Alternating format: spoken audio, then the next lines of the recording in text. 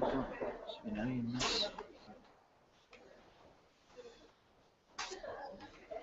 Se aprovecha todo el tiempo a ver por ahí alguna. No, es que no. Ayer por la noche fui a dar una vuelta por la ciudad de la cultura por fuera, por fuera, porque ya eran como las 8:00 así. Se está como miedo, porque no había nadie. Tiene esta del agua ahora que es un futuro bruto. Pero la situación, claro, que estuvimos paseando por es impresionante. Es como, no sé. Bueno, a todos nos deja horroroso por la primera. Y que tengo una sensación de ruina contemporánea antes de, ¿no? Es que el paso del tiempo lo va a aguantar. Fatal, yo, que me fijo mucho en los materiales. Aparte que está como estas, todas las rosetas que cubre la fachada, que además que ya todo le sale musgo. Pero musgo, y todo del hierro, de algunas cosas que y los setas que ya se han caído, y todo colocado, fabricado. Y debe haber unas filtraciones, y todo saltando así al aire y tal. Yo con un edificio pequeño ya tengo unos problemas de mantenimiento que los arquitectos ya podían pensar. No cabe en la cabeza quién dijo sí a ese proyecto, que pasaba para abrazar a esa persona.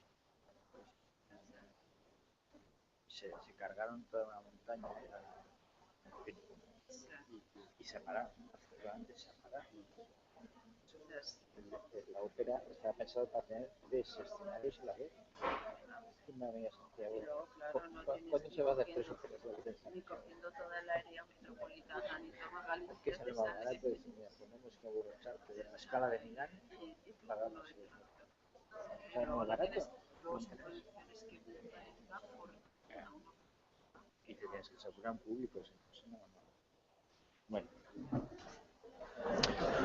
Bueno, retomamos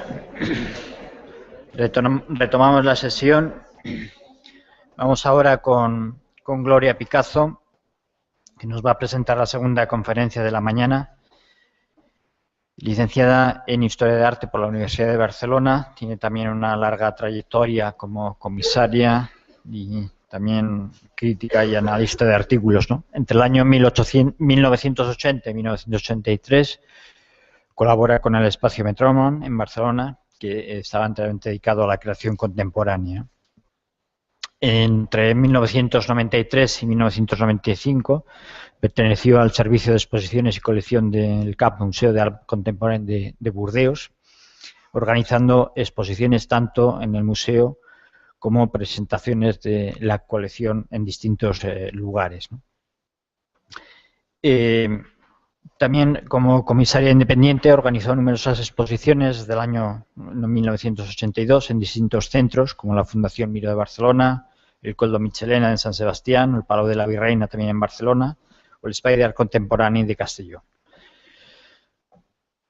Imparte regularmente también cursos de comisariado de exposiciones en la Universidad Politécnica de Cataluña, la Universidad de Barcelona, la Universidad de Alicante y en la Universidad de Valencia, en programas de máster.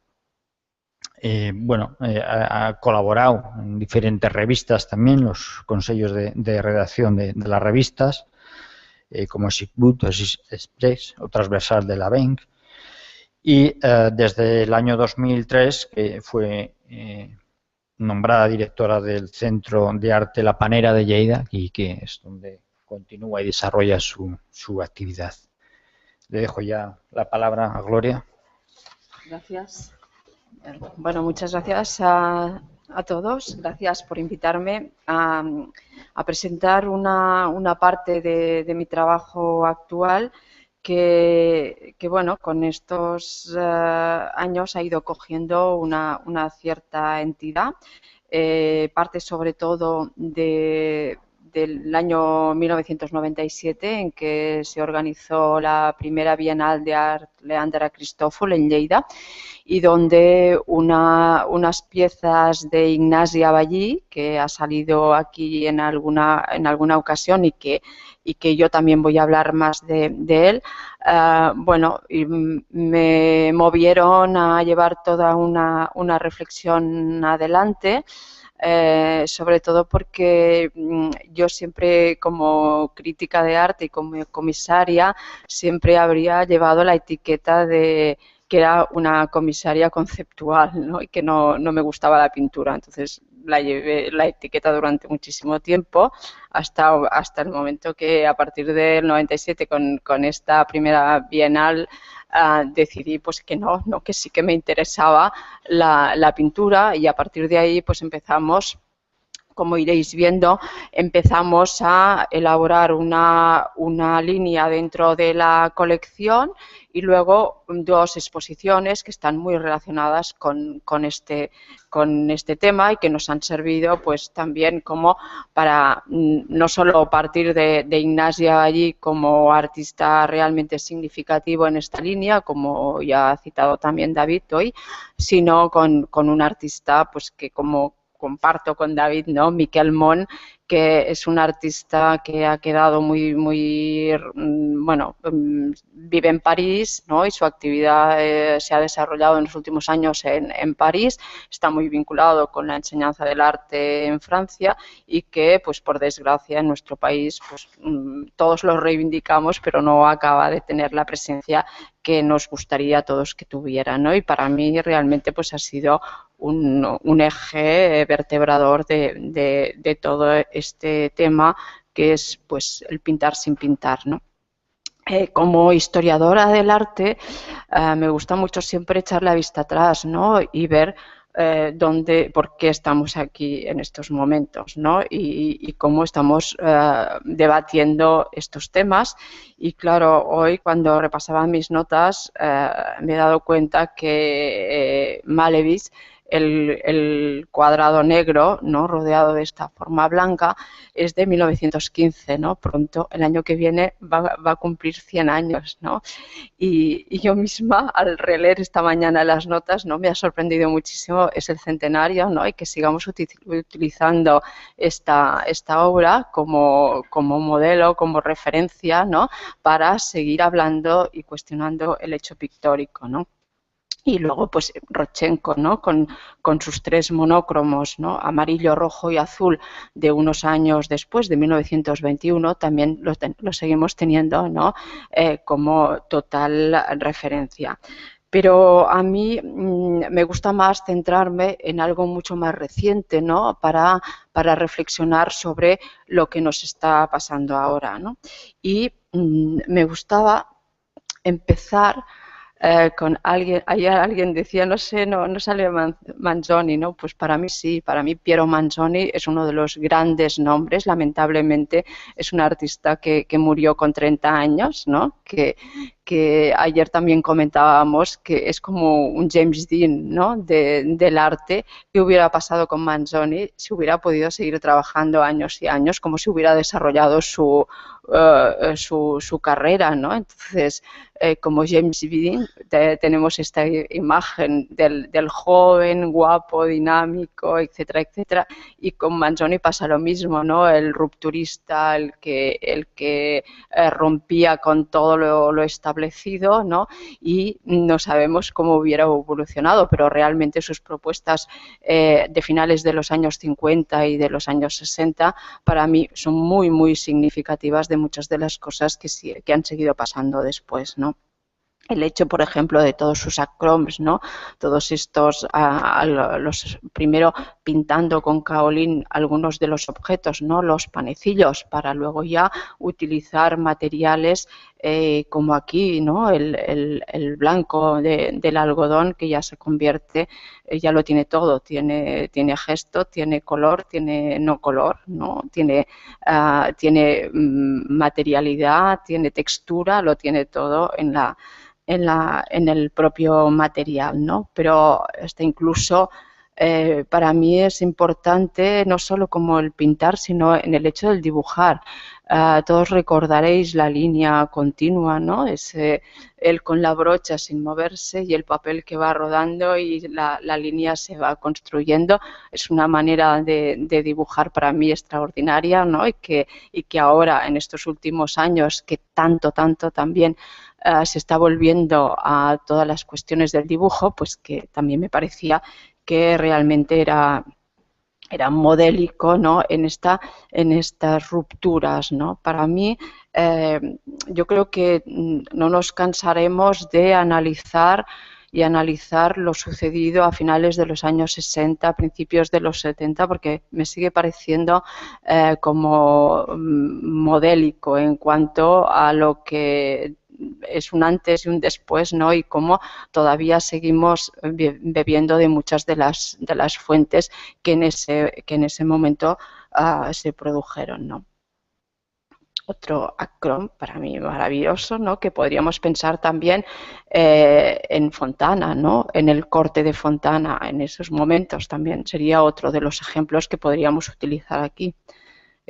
¿No? Ese cúter, ¿no? Ya no es un pincel, es un cúter, y como la bidimensionalidad de la pintura acaba ya casi convirtiéndose en escultura, ¿no? Con el simple hecho corte sobre la línea, ¿no? Evidentemente, Klein es una referencia, ¿no? Y ya como anécdota, el otro día iba por Barcelona y en una óptica, en la vitrina de una óptica, veo un personaje y yo digo, me suena, ¿quién es Klein? O sea, se está utilizando el azul Klein, o sea, para la publicidad de una óptica, ¿no? Yo pensaba, Klein se levantara la cabeza, ¿no? Cómo ha tardado tantos años, ¿no? Para que este azul se convierta en el azul Klein y ya esté en el contexto de la publicidad.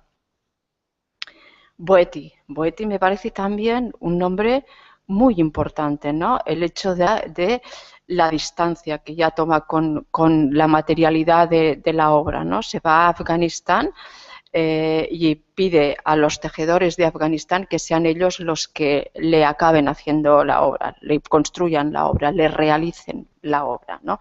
Pero fijaros también que ayer había algún momento en que pensaba, a veces quizá estamos centrándonos demasiado en el estudiar la historia del arte solo sobre la historia del arte, sobre lo que los nombres, las obras, lo que va una cosa detrás de la otra, ¿no? Pero no pensamos, por ejemplo, ¿por qué Boetti llegó a hacer esto? Boetti llegó a hacer esto porque era finales de los 60, principios de los 70, que era para una generación descubrir Oriente, descubrir la India, descubrir Afganistán, era la utopía, ¿no? Para toda una generación. Clemente, por ejemplo, es otro de los artistas italianos. La India para él fue descubrir un mundo nuevo. Afganistán lo mismo, ¿no? Era la meta, Nepal, ¿no? Eran todos los movimientos hippies. Entonces llega a hacer esto no porque estuviera buscando una nueva técnica artística o pictórica, sino porque la propia generación movía a descubrir Oriente, y Oriente como fijación y, bueno, todo lo que supuso la filosofía que rodeaba esta huida hacia lo desconocido, a la utopía y al descubrimiento, ¿no?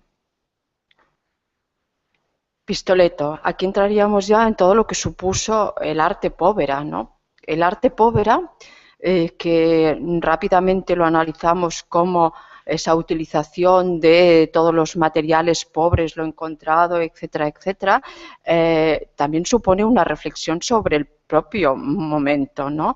Y, por ejemplo, en el caso de Pistoletto, todo su trabajo de ese momento se relaciona mucho con el teatro, ¿no? Y con esas formas parateatrales, con lo que suponía, por ejemplo, el living theater, las aportaciones del teatro en la calle. Y algunas de las obras de Pistoletto reflejan estos restos teatrales, ¿no? Estos restos de acción. Estamos hablando ya también de cómo el body art, el land art, estas otras maneras de entender el paisaje que hablábamos ayer, cómo todo esto va componiendo una situación no solo artística, sino muy vinculada con lo social, ¿no? ¿Qué está pasando en la calle? ¿Cuáles son las rupturas? Y las rupturas las encontramos quizá también en el teatro, ¿no? O sea que a veces igual tendríamos que tratar todos de cuando partimos del mundo del arte, tratar también de hacer estas lecturas como mucho más amplias, mucho más transversales de lo que está pasando en otras disciplinas que realmente son fruto de lo que está pasando en la sociedad y en el mundo, ¿no? Pistoletto, para mí estas piezas de Pistoletto, estos espejos de Pistoletto, son también una manera de pintar, pero ya sacando todo, ¿no? Es la fotografía. Pistoletto es uno de los grandes nombres aportando la incorporación de la fotografía a la obra. En estos momentos estamos hablando ya de los años 60-70. Empezaba la obra como documento para los conceptuales porque realmente era una necesidad de que quedara algo, pero esta incorporación de la fotografía en la pieza realmente empieza a ser otra vez una línea de apertura, ¿no? Y otro elemento para mí fundamental también es que, claro, al ser una superficie reflejante, el espectador se incorpora, tanto si quiere como si no quiere, a la obra y está dialogando con la obra y se convierte en un elemento activo y participativo, queriendo o sin querer. Como la propia pieza, ¿no? Cómo absorben de alguna manera, ¿no?, la arquitectura circunstante, y solo un pequeño elemento como es una botella nos devuelve a la realidad de la pieza. Pero también hay guiños, pensemos que hay guiños a la pintura, hay guiños a la escultura, a cómo romper, a cómo de alguna manera podríamos decirlo simplemente como matar al padre, ¿no? Estamos en un momento que el debate entre figuración y abstracción está presente en el debate internacional, ¿no? Y ¿qué están haciendo estos artistas jóvenes? Pues bueno, exponiendo el simple mono de trabajo o rompiendo el bastidor y la tela. Fijaros en el precedente, lo que hemos estado viendo de Ángela de la Cruz, ¿no? Y las piezas que luego seguiremos viendo de Ángela de la Cruz, como ahí está el germen de esa ruptura. Quizá la actitud de partida es un poco distinta, ¿no? Pero los resultados acaban siendo muy parecidos. O si no, pensemos, por ejemplo, también en otros artistas como Paolini mismo, ¿no? Que toda la reflexión de Paolini es sobre el cuadro, sobre la tela blanca, sobre la dispersión del cuadro desde un punto de vista estrictamente de la cultura clásica, del Renacimiento, ¿no? Y cómo expandirse en ese momento hacia otros caminos, ¿no? Pero sin olvidar esa tradición, en el caso de Pistoletto, muy italiana, muy propia, ¿no? Y para mí otro referente es Daniel Buren, ¿no? Ya estamos avanzando en los años 60, porque además es el gran teórico del arte francés, ¿no? Y el que realmente ha marcado muchísimo a generaciones posteriores, ¿no?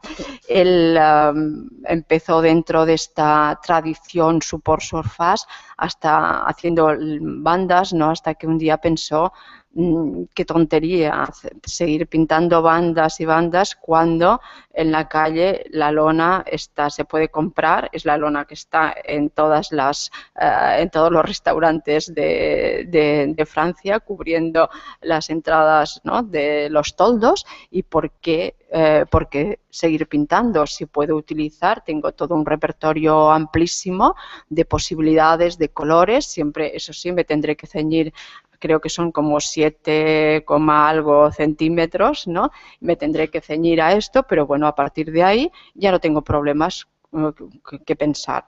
O sea, el cuadro ya, el modelo lo tengo, de la misma manera que veremos Toroni con sus pequeñas pinceladas, y a partir de ahí me saco un problema de encima, ¿no? ¿Y qué pasa con mi obra? Pues mi obra pasa que de ser la bidimensionalidad del cuadro puedo pasar hacer estas instalaciones, puedo hacer esta intervención ya lo comentabas ayer, ¿no? Como la obra se expande también por el encargo que va recibiendo el artista, o puedo ya llegar a la gran consolidación como fue hace 3 años, creo que fue 2, 3 años, en el Gran Palais de París, en estos grandes montajes que yo siempre lamento que no tengamos en nuestro país, ¿no? Que el Ministerio de Cultura encarga a uno de los grandes artistas, ha pasado Boltanski, Daniel Buren, ¿no? Hacer ya la gran intervención, ¿no? Que suponga como debatirse con un espacio como arquitectónico de estas características como es el Gran Palais, ¿no? Pero hasta incluso en el caso de Buren, ¿no? Como a mí también me interesa mucho la reflexión que ha hecho sobre el museo, ¿no? Sobre las maneras de los sistemas convencionales del museo, ¿no? Como por ejemplo poner sus bandas detrás de los cuadros colgados en una sala de un museo, o sea que prácticamente no ves su intervención porque está como detrás de la pieza colgada, ¿no? O como al revés, ¿no? Como tapizar y sacar las pinturas, es decir, todo un sistema de reflexión sobre las propias convenciones que yo creo que, por ejemplo, pues para alguien como Miquel Mont, que está formado en la cultura francesa, estos gestos de Buren realmente son motivo de seguir reflexionando y seguir pensando, sobre todo para que veáis, no solo es un artista único trabajando con sus bandas, sino y en cierto modo aburrido, ¿no? Sino que tiene estos vínculos con la arquitectura, que es capaz de, con un plano inclinado de espejo, darle la vuelta a toda una arquitectura como hizo en Burdeos, ¿no? A estas reflexiones muy críticas, ¿no? Sobre el propio sistema del arte y sobre las propias convenciones que todos, si reflexionamos, tenemos como ya muy integradas de cómo tiene que ser el cubo blanco, cómo tiene que ser el montaje, ¿no? Etcétera, etcétera. Y en la misma línea Toroni, ¿no? Que, bueno, pues ayer también se hablaba de este cuadro expandido, ¿no? Como la escultura, es verdad, podemos hablar de unas relaciones con la arquitectura, pues hasta ese momento desconocido, que luego iremos viendo cómo en el mismo momento el minimalismo está planteando cosas parecidas, ¿no? Ya no solo es la autonomía de la obra en sí, del objeto escultórico o pictórico, sino cómo ese objeto artístico se relaciona con el entorno, cómo actúa, cómo interactúa y cómo puede ser visto de una manera o puede ser visto de otra. E insisto, con algo para mí realmente significativo y distinto, que es cómo el visitante tiene que cambiar su modelo de actuación delante de la obra, porque no es lo mismo estar delante de una pieza mirando detenidamente, sino tienes que moverte, tienes que actuar. Yo decía, ahora tenemos una instalación en La Panera que voy diciendo a la gente, no te pares delante del vídeo, porque no hay que pararse, hay que circular, porque es un gran proyecto participativo del espectador que tiene que recorrer. Esta idea de recorrer el trabajo a mí me parece realmente un cambio muy significativo, ¿no? No es pararte estático, sino es casi como un proceso sinestético, ¿no? En el que todo se te pone en marcha, ¿no? Y con el caso de estas intervenciones arquitectónicas, creo que la participación es básica y ha cambiado totalmente, ¿no? Claro, una pieza como esta necesitas subir la escalera, necesitas recorrerla, necesitas ir viendo, ¿no? el proyecto. O sobre todo, cómo cambia, ¿no? El hecho de intervenir en estos espacios no habituales, que también es algo que en estos momentos se va recuperando, ¿no? En los finales de los 60, 70, la idea de ocupar otros espacios, de que la arquitectura, pero no solo la arquitectura, no solo el espacio arquitectónico, sino conceptualmente también como cómo funciona ese espacio, cómo puede acabar condicionando y siendo el relato final de la obra, ¿no?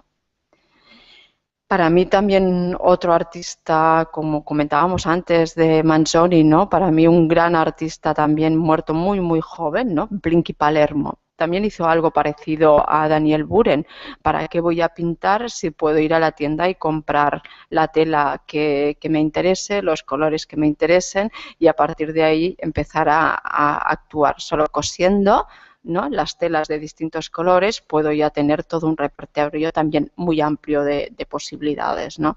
Y cómo puedo significar el espacio, marcar el espacio a partir, por ejemplo, de esos pequeños triángulos de tela colocados en el dintel de una puerta, ¿no?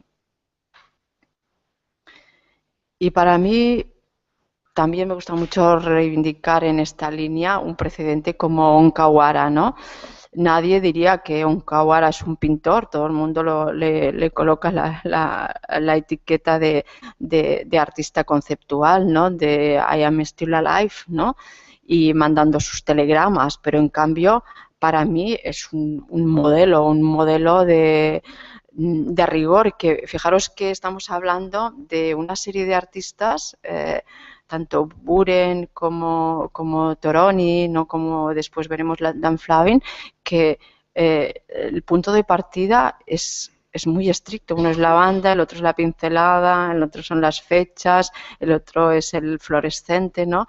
Pero que con esto son capaces, ¿no? De declinar y declinar y declinar este punto de partida y acabar haciendo con esto un gran proyecto personal que puede durar toda una vida, ¿no? Onkawara, con él, los formatos son así de pequeños porque él decía: yo no tengo estudio, yo viajo y en el momento en que viajo hago una pintura en el hotel donde me alojo, con lo cual el formato tiene que ser pequeño. La pintura es del día en que lo estoy pintando y la caja siempre es estándar, es esta caja de cartón, y el recorte que pongo dentro de la caja es un recorte de un periódico de esa ciudad en donde me estoy alojando, ¿no? Entonces, claro, es como una visión en el tiempo para mí es una reflexión sobre el tiempo que casi agobia, ¿no? Pues que es como insistente, ¿no? Tautológica, repetitiva. Yo he estado aquí, sigo aquí, voy haciendo esto, ¿no? Y siempre, pero a la vez tiene otra dimensión para mí muy interesante. El análisis de estos periódicos te está dando esa pista del yo hacia los otros y hacia el contexto y hacia la situación y hacia la historia y hacia el conflicto, etcétera, etcétera, ¿no? Pero con unas pautas de actuación marcadas, rígidas, sin salirse ni nada, ¿no? Y muchas veces habréis visto en los museos estas líneas de tiempo, ¿no? que se exhiben de Onkawara, siempre sus pequeñas pinturas. Cuando yo trabajaba en Burdeos, en el Museo de Burdeos, se le pidió que hiciera un proyecto, pero claro, él no hace proyectos, siempre son sus fechas, ¿no? Y entonces se empezó a trabajar en la idea de reunir, era un espacio muy grande, reunir muchas fechas, y el director en ese momento del CAPC le hizo una propuesta de, en lugar de exponer todas las fechas rigurosamente cronológicas, si podíamos montar una gran pared que tenía como 30 metros de largo por 12 de alto, con todas las fechas acumuladas, ¿no? Entonces, bueno, esto fue para él un motivo de reflexión, aceptó el hacer aceptó la propuesta, él mismo hizo la distribución de las fechas como las quería y se montó esta gran pared de tiempo disperso en contraposición a esa idea de tiempo cronológico y riguroso que siempre había defendido, ¿no? O sea que para mí es un trabajo muy rígido, muy estricto, pero a la vez con una con una posibilidad a quien quiera reflexionar sobre esta idea de tiempo en abstracto, tiempo personal, tiempo del otro, realmente muy interesante. Y sí que me parece que, bueno, pues todo su último trabajo sobre es la pintura, más que la pintura. Una pintura súper delicada que como la toques mucho vas dejando, o sea que es realmente, y aquí veis cómo son sus planteamientos habituales.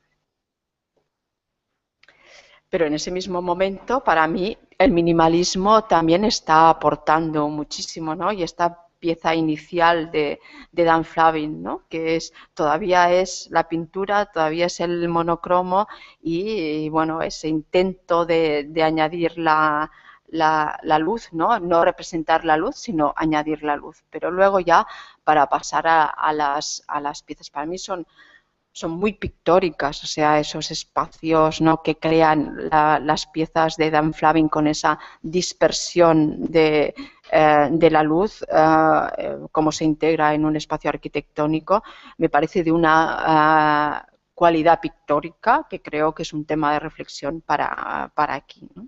Y sobre todo, insisto, ¿no?, esta idea de declinar solo un único elemento con lo que te ofrece el mercado, o sea, yendo a una ferretería a comprar las piezas y fijaros la manera de cómo va expandiendo la luz, ¿no? Los dos de arriba, el fluorescente de cara, los dos laterales, el fluorescente contra la pared para que la luz se difunda, ¿no?, por toda la sala, ¿no? Bueno, de Dan Flavin yo supongo que habéis visto mucho y habéis visto estas grandes instalaciones. En el Reina Sofía hubo una exposición maravillosa hace muchos años, ¿no?, en la que todos descubrimos la cualidad del tratamiento del color a partir de Dan Flavin. Quería poner, antes de ya entrar en el proyecto Panera, solo dos ejemplos, ¿no?, porque ya hemos hablado mucho en estos 2 días de las relaciones con la pintura, ¿no?, fotografía, pintura, pintura, fotografía, con los géneros clásicos. Pero me gustaba esta pieza de Sam Taylor Wood, ¿no?, porque parte de una, ¿no?, de un elemento clásico, parece un bodegón holandés con todos los detalles, hasta, ¿no?, hasta el lápiz que sale un poco, ¿no?, como típico de los bodegones o de la pintura holandesa para crear esa sensación de espacio, y cómo se va degradando, ¿no?, cómo se va degradando y cómo en el proceso del vídeo ese bodegón clásico acaba totalmente las frutas podridas, ¿no? Quería poner solo este ejemplo porque desde luego hay muchísimos, hay todo un abanico amplísimo en la fotografía, sobre todo en la fotografía centroeuropea, ¿no?, de retomar la idea clásica de la pintura holandesa y tratar de hacer un hiperrealismo absoluto, ¿no?, con los temas clásicos de la pintura, ¿no? Entonces, bueno, me parecía que este era un ejemplo así un poco más distinto, ¿no? Y otro ejemplo, también solo como para citar, bueno, Isabel decía que le gustaba mucho, ¿no?, los vínculos con el cine, ¿no?, a José Antonio Sistiaga, ¿no?, que ya en 1968 empezó a hacer este tipo de pintura, actuando directamente sobre el negativo de la película, ¿no?, directamente con todos los sistemas, los recursos típicos de la pintura, o sea, pintando, manchando, rascando, etcétera, etcétera, el construir una película de 75 minutos. Estuvo muchísimo tiempo trabajando en ella y realmente el otro día cuando preparaba esto y vi las cifras para hacer esta película, es como algo ingente, ¿no?, porque claro, hay 24 fotogramas, ¿no?, por segundo, entonces para tener 75 minutos de película salía a 108.000 fotogramas que tuvo que estar haciendo para construir este largometraje, ¿no?, 17 meses de trabajo intenso y que realmente pues es uno de los de los ejemplos que tenemos en el país más significativo y que bueno pues sí que en determinadas exposiciones Koldo Mitxelena le dedicó una exposición no hace muchísimo tiempo, no hace mucho tiempo, debe hacer 3-4 años y realmente pues creo que da resultados como este. Y aquí lo vemos, ¿no? Con todo, con este trabajo.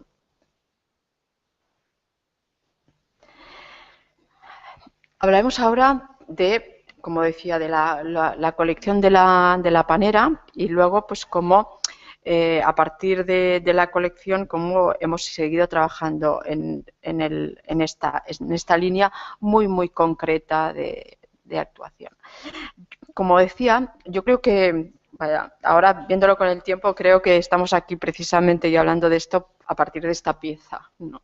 Esta pieza es una pieza de Ignasi Aballí que para mí es como la deconstrucción absoluta de la pintura y de la idea de pintura, ¿no? El hecho de ya no queda nada, no queda, es el estricto marco bastidor de madera y una capa de gel por encima que sería como el barniz último al que se le podría aplicar a una pintura, ¿no? Con lo cual ha desaparecido la tela, ha desaparecido el pigmento, ha desaparecido todo, solo quedan los dos extremos de esa acumulación de posibles elementos que pueda tener una pintura, ¿no?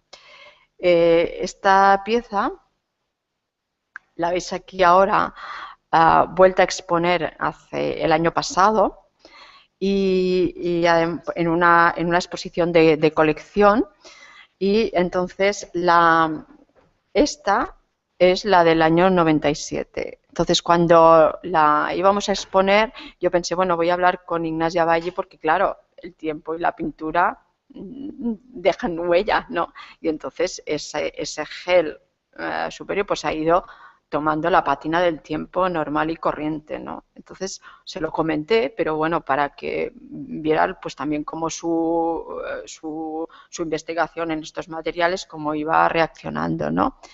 Y me dijo, no sé, voy a hacer otra y no pasa nada porque es la idea y tal, no sé qué. Yo, no, sí, ya está bien, déjalo. Y me dijo, no, voy a hacer otra. Hizo otra. Entonces, claro, en la exposición dije, pues yo creo que tenemos que exponer las dos, ¿no? Porque es como es eso, desde el 97 hasta el 2013, ¿no? Lo que una idea, porque en definitiva es una idea pictórica, cómo se materializa de dos formas distintas, ¿no? Entonces ahora tenemos las dos piezas, pero que es una pieza, y entonces está ahí que el otro día para hacer el archivo, pues decíamos, bueno, no sé, que son dos, que es una, que es, ¿cómo vamos a explicar esto dentro de 10 años cuando igual ya no estemos nosotros con esta colección, ¿no? ¿Cómo vamos a explicar este proceso, ¿no? Pero para la exposición realmente era interesante ver, ¿no? Este tiempo acumulado, ¿no? Y luego, además, incluso como pequeños detalles, porque, por ejemplo, el bastidor de madera no es exactamente igual, es un bastidor el anterior que ya no se fabrica, ¿no? Entonces, la madera es mucho más gorda. Yo decía, mira, tienes más dinero, que cuando decías esto, porque el bastidor es mucho más consistente, ¿no? Que hay como pequeños detalles, ¿no? Sobre el paso del tiempo, ¿no? Y esta es otra de las piezas que está en la colección, que estaba en esa primera Bienal del 97, que es el trabajo de Ignasi Aballí con polvo, ¿no? Y el utilizar espejo y cristal para el polvo por delante, el polvo por detrás, ¿no? Y hacer bueno, pues esto, el propio polvo, que es el polvo recuperado de su taller, o sea que va pasando aspirador y va acumulando polvo y va trabajando de vez en cuando con el polvo, pues el crear estas texturas, ¿no? Estos reflejos encubiertos cuando el polvo va por encima del espejo, ¿no?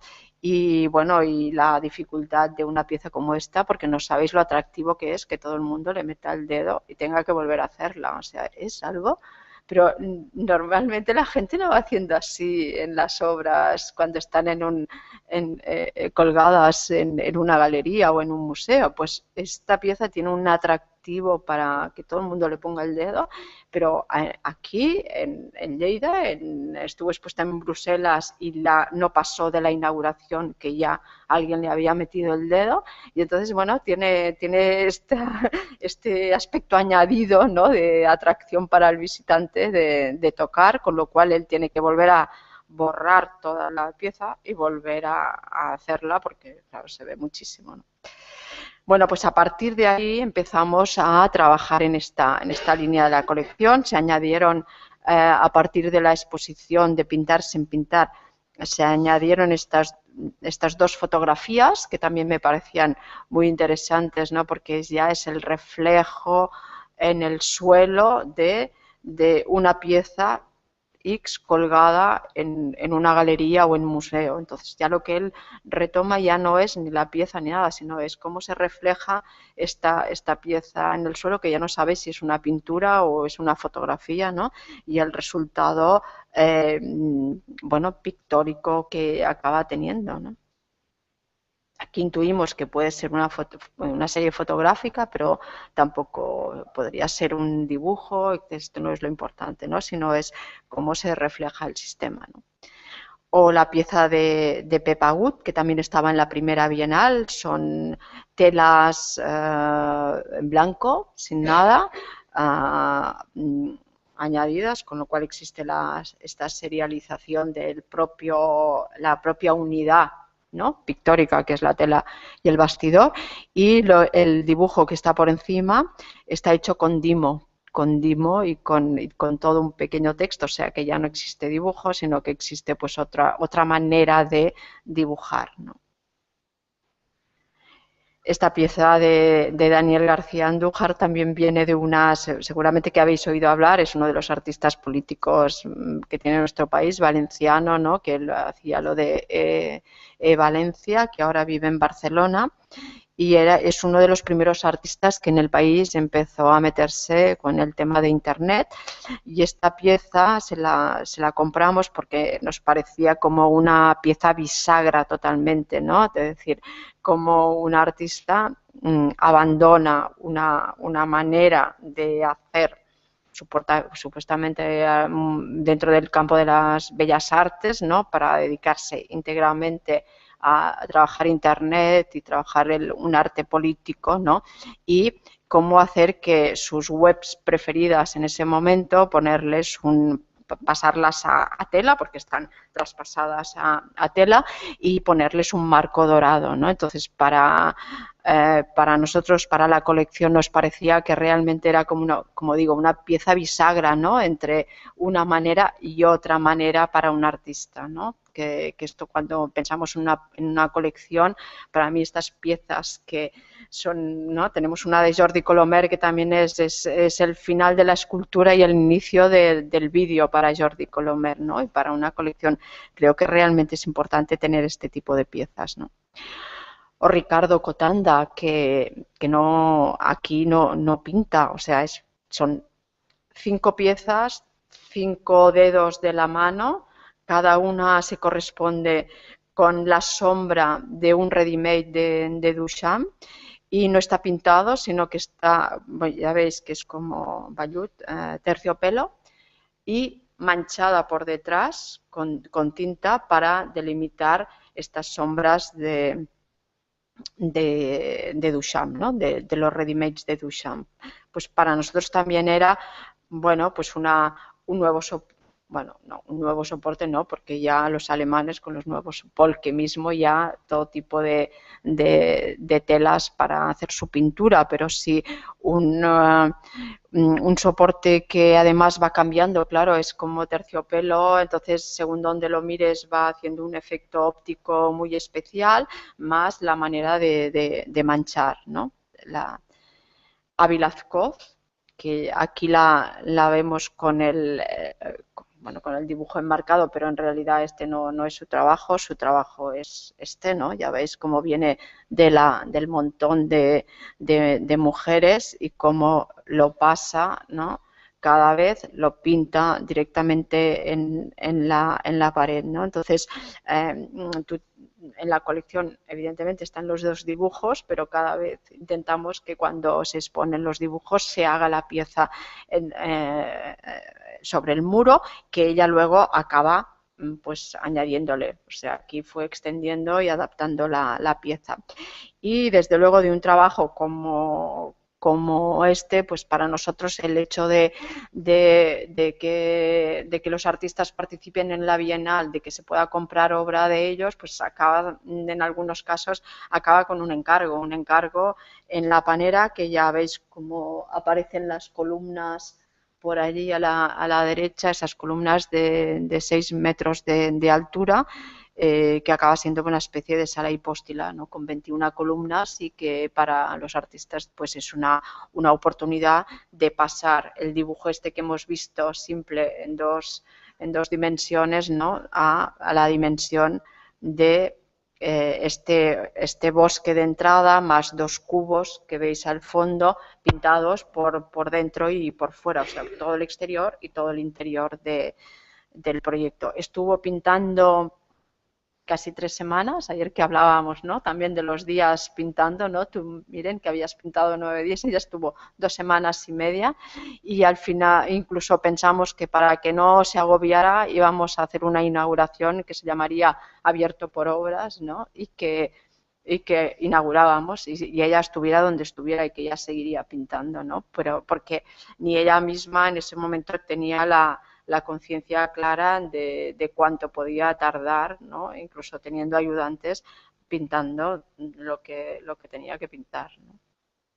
Este tipo de encargos sirven también como para para dar la oportunidad a los artistas de hacer algo que hasta ese momento no habían hecho, ¿no? Y medirse un poco hasta dónde pueden llegar, ¿no? Son 750 metros cuadrados, es mucho, es mucho espacio, mucha columna, y ahí hay que batallar, ¿no? Esta es la pieza que tenemos en la colección de Miquel Mont, y bueno, la que nos permitió también pues entrar en contacto, como decía, para luego hacer futuros proyectos. Es una pieza, el monócromo pintado directamente en la pared. De hecho, tenemos ya una colección de unas 120 obras, y cada vez nos damos cuenta de las dificultades que va planteando, ¿no? El tener una colección, porque claro, aquí solo tienes la madera, cada vez tienes que ir a buscar el Pantone para pintar el Pantone, el monócromo del Pantone, otro solo tienes un archivo digital, el otro tienes que ampliar, que lo de las colecciones también es un tema que me gusta hablar de vez en cuando, para decir como, es que se compra un archivo, también a veces, o sea, que vayamos un poco cambiando el chip de lo que supone una colección y lo que supone una conservación de una colección, ¿no? Este proyecto es de la última Bienal, son postales de París, de la feria que hubo en el año 37, de la feria en París, ¿no? Y contrapone una postal del pabellón alemán y la otra del pabellón ruso, ¿no? Es un coleccionista, Oriol Vilanova, va buscando y buscando y buscando, y la postal para él es muy importante. Trabaja mucho la idea de monumento, ¿no? Entonces era ya veis aquí la serie, y aquí tal como estaba expuesto en la última Bienal.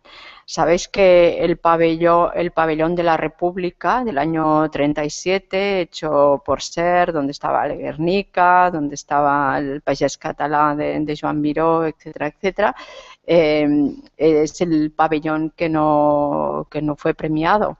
Los premiados fueron Rusia y Alemania, ex aequo, ¿no? Entonces, él ha hecho este trabajo, y el monócromo del fondo es exactamente las medidas del Guernica.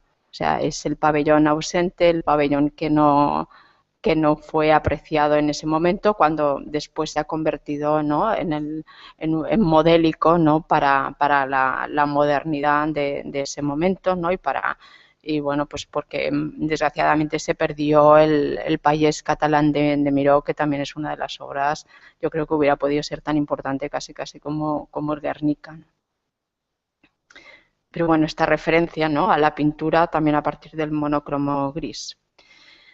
Daniel Jacobi, también esta pieza está en la colección, son los estudios, que acaba siendo también muy pictórica, ¿no?, las portadas de 4 periódicos del país, día a día, durante un mes.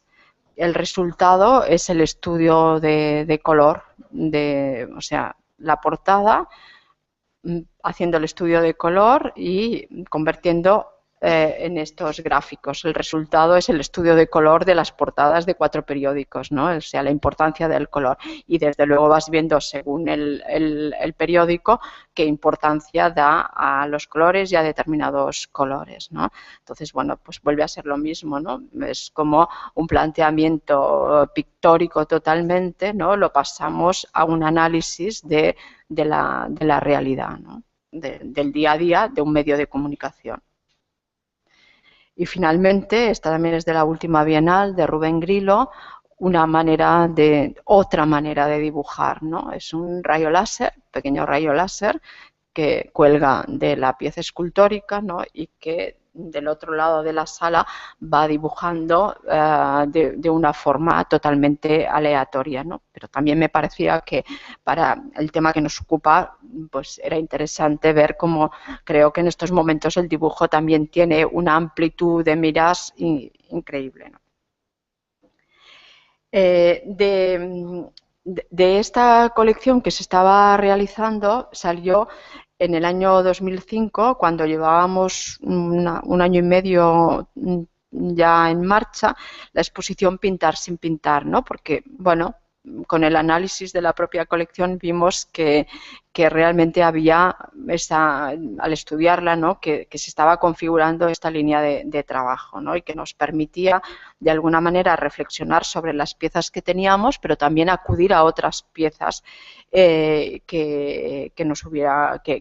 no estarían en la colección, porque la colección es de artistas catalanes y españoles, no es una colección internacional, no tenemos dinero para hacer una colección internacional, y desde el primer momento se decidió que valía la pena centrarse en un ámbito que pudiéramos trabajar bien, que no empezar a disparar y bueno, pues puede haber cosas muy interesantes, yo no lo digo, pero ya tenemos bastante trabajo con el intentar cubrir un poco el panorama, ¿no? Aquí Miquel Mont, ya después de haber estado en la Bienal, ya le pedimos un proyecto específico, porque habíamos visto que estaba haciendo las pinturas emparedadas, ¿no?, que realmente para mí bueno, no sé, ya veis, o sea, es utilizar paneles de madera como si estuvieran a punto de hacer un nuevo circuito en el espacio y hacer las pinturas emparedadas, ¿no? Ya veis, es el muro, aquí a la izquierda es el muro habitual de la sala, a la derecha es lo que él incorpora y en la parte central es esa capa densa de pintura que él ha realizado, ¿no? Os voy a leer lo que Miquel Mont él mismo cuenta, ¿no? Las pinturas emparedadas son pinturas monócromas que permanecen invisibles, que se niegan a la visión frontal tradicional de la pintura. Este trabajo lo inicié en 1993 y surgió como una respuesta a una serie de interrogantes que en esa época me acuciaban. ¿Es posible realizar una pintura que no conlleve una imagen, que escape a su tendencia natural de figurar, de convertirse en imagen? Una expresión pictórica que, sin caer en la mancha o el gesto, reivindique su mera materialidad y que al mismo tiempo esa materialidad no se convierta en expresión trascendental de una autonomía del propio espacio pictórico. ¿Que solo sea pintura depositada sobre una superficie? Puede ser. En estos primeros ensayos, mi intención era realizar una pintura sin sujeto, sin calidades, sin emociones o afectos, unas obras basadas intrínsecamente en su existencia material y que no tuvieran ninguna voluntad de representación. Además, el hecho de ocultar la pintura del campo convencional de la visión exigía por parte del espectador un esfuerzo mental, y de ese modo surgía una forma distinta de percepción. Este es el detalle.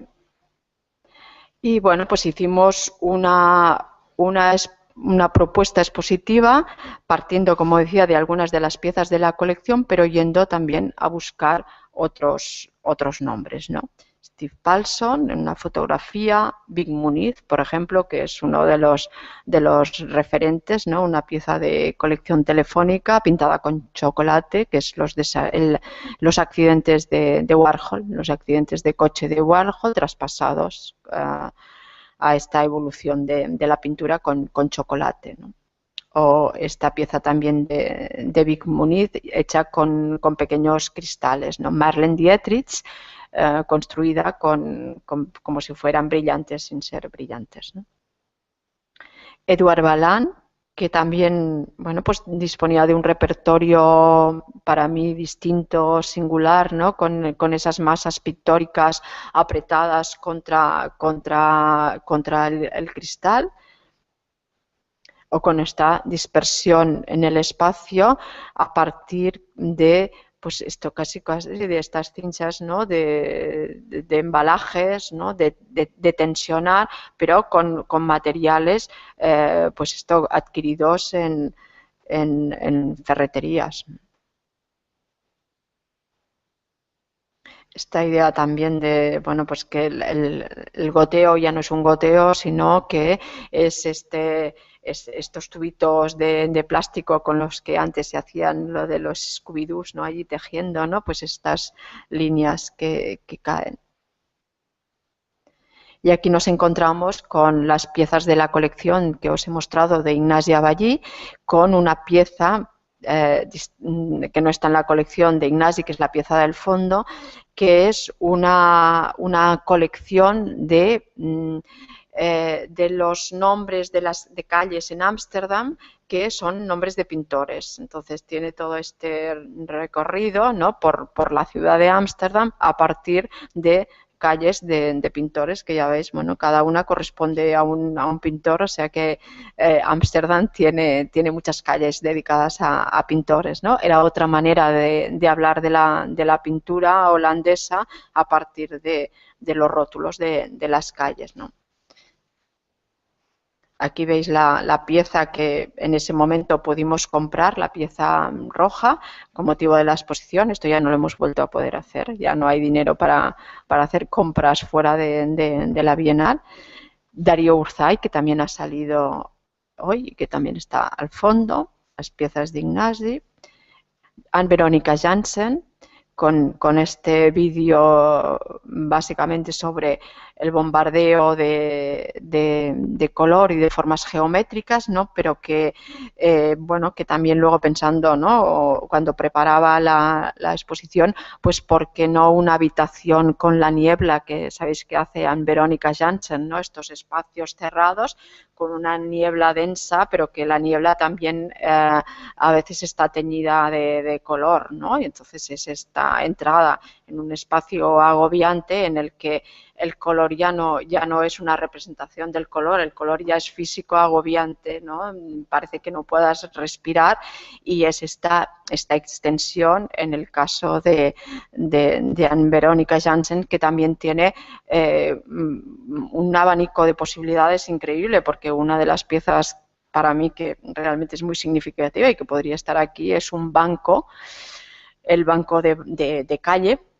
Este banco está construido con un material que reacciona con el calor, y en el momento que el visitante se sienta en el banco, tu propio calor del cuerpo deja la huella completamente marcada en el banco. O sea, es otra forma de pintar, es otra forma de dibujar, como queráis, que ya es el propio cuerpo del espectador el que acaba haciendo la obra. O ya, pues, hablando de lo interactivo, ¿no? Marc Napier, con Marc Napier, o sea, lo que el espectador, ya veis con el ratón aquí, lo que hacía era acabar dibujando, pintando y poniendo sonido a su propia composición, mezclando él mismo. Se convertía en el que, a partir de las pautas que daba el artista, hacía su propia composición de sonido y de imágenes.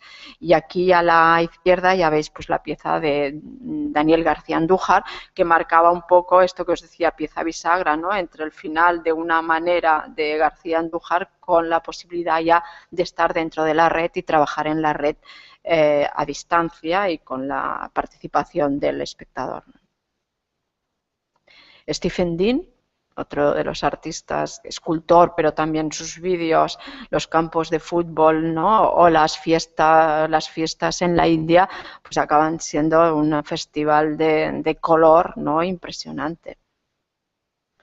La pieza de colección de Ricardo Cotanda, con una nueva serie que hizo para la exposición, que ya aquí ya ni pinta ni dibuja, recorta, es el tul, capas de tul que va superponiendo y va cosiendo. Y aquí veis incluso los hilos, ¿no?, del cosido del tul con el famoso test de Rochas, ¿no?, de la mancha, pero aquí ya no hay ni mancha, no hay ni pintura ni nada, sino que son las capas de tul y el efecto moiré que hace con la superposición de las distintas capas, ¿no? A partir de la experiencia del pintar sin pintar y del trabajar más a fondo con Miquel Mont, le propusimos el hacer esta exposición.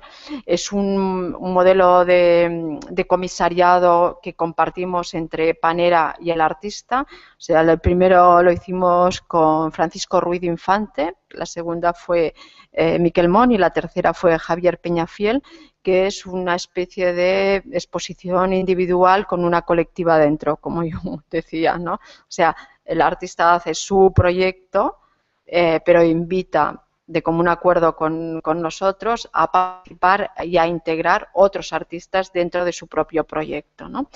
Lo llamamos afinidades selectivas porque teníamos la idea, sabíamos que queríamos trabajar en esta línea que estamos pensando hoy del pintar sin pintar, y que con Miquel trabajaríamos de forma, o sea, cuando veo algo, descubro algo y pienso que puede funcionar en la exposición, es que estamos pensando el uno para el otro en la exposición, te lo propongo, me lo propones y ahí vamos avanzando en el proyecto, ¿no?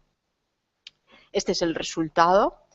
Él empezó para preparar el proyecto, decía que empezó a reflexionar otra vez de nuevo, como antes hablábamos, ¿no?, sobre el museo, sobre las convenciones del museo, y en este caso era más sobre la propia arquitectura de la Panera, que ya veis son estas columnas, pero también los propios sistemas que como centro de arte tenemos para mostrar el arte, o sea, las propias paredes que se instalan y se desinstalan para hacer las exposiciones, ¿no?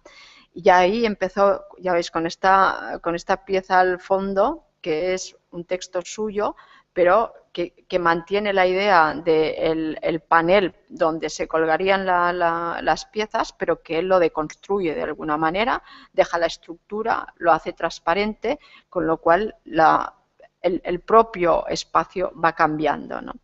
Y aquí ya empezamos a ver, por ejemplo, las piezas blancas del fondo son suyas, la pared del fondo son suya, pero aquí delante ya tenemos otro artista, Miguel Ángel Molina, que su mancha pasa por debajo de la otra pieza, ¿no? Veis aquí como la mancha del suelo va corriendo entre distintas piezas. Si os fijáis, no es una... Yo antes hablaba también, decía, no, tenemos que hablar de exposiciones, ¿no? Porque aquí es una exposición colectiva con muchos artistas, pero no los artistas tienen su propio espacio, no va uno detrás de otro, todo convive, o sea, aquí estamos viendo 4 artistas distintos, en una pared puede haber 2 artistas, es un diálogo entre las obras, ¿no? Fijaros también, por ejemplo, la pared blanca normalmente en donde colgar las piezas, pues aquí ya no es pared blanca, o sea, a ver si puedo, aquí ya no es pared blanca, la pared está cubierta con una lámina de madera que ya cambia el sistema. Nosotros evidentemente tenemos que tener la pared hasta el muro, hasta el suelo, porque según qué tipo de piezas necesitan este ángulo. Él lo levanta completamente, ¿no? Eleva el propio muro habitual de la panera, ¿no? Y ahí veis cómo, bueno, las piezas van dialogando, ¿no? Este es Palomino a la izquierda con las piezas de Mon. Él primero hizo todo este diálogo y luego esta selección que fuimos compartiendo, la selección de artistas, para luego ir relacionándolo también con su propio trabajo y con las piezas que iba a colocar, ¿no? El vídeo también estaba presente porque hay miradas muy pictóricas, ¿no? en algunos artistas que utilizan el cine. Más piezas de Miquel. Aquí, por ejemplo, pues ya vemos, ¿no? O sea, esta pieza, la mancha del suelo de Miguel Ángel Molina, que iba corriendo por debajo de distintos artistas, ¿no? Los collages de Palomino, una pieza de Miquel Mon y Christophe Cousin. O sea, cada uno dialogaba. Por eso yo decía, ¿no? Era como un todo, ¿no? Como deambular por la exposición y bueno, las piezas se significaban, pero la importancia era el conjunto de la exposición, ¿no? Estas son también unas piezas de Miquel Mon, estos tubos que son autorretratos de él, son tubos de metacrilato, la pintura él deja que corra por dentro y las medidas de estos tubos están relacionadas con las medidas de su propio cuerpo. Es otra manera de analizar uno de los temas tradicionales de la pintura, como es el autorretrato, ¿no? A partir de las propias medidas, ¿no? Del cuerpo, el brazo, la altura, ¿no? la mano. Y este trabajo que apenas se ve aquí, estos agujeros y estos agujeros de aquí, iban hasta el fondo de la pared. Es Neil Biggs, es un artista que parte de la tradición de Fontana, antes hablábamos del corte de Fontana, y que lo conjuga con su propia afición al montañismo. Entonces hace una intervención con los grampones y los dos piolets, uno en cada mano, los grampones en los pies y, bueno, pues para que nos sintamos rápido, el hombre araña, ¿no? Chac, chac, chac, y va recorriendo toda la pared para hacer esta intervención, que es una intervención realmente pensada en cómo actuar sobre la pared, pues esto de la misma manera que Fontana trabajaba sobre el lienzo, ¿no? Y sin ningún problema para que su acción, ¿no? Pase por encima de una de las obras de Miquel Mon, de un collage de Miquel Mon. Aquí veis los agujeros, es realmente agredir el muro de la panera, que luego tuvo sus dificultades para volverlo a su estado normal. Ángela de la Cruz, que aparece allí al fondo en la pieza naranja. Las piezas de Ángela de la Cruz. Otra vez la deconstrucción del propio muro de la panera. Pieza de Miquel Mon. Emmanuel Villar. Y ya veis, ¿no? Como, insisto, en cómo dialogaban las piezas de aquí. Era la pista en donde podías ver lo que había sucedido en el otro extremo del centro, ¿no? Con el artista, el mismo colgado en la pared, haciendo este dibujo sobre el muro, ¿no?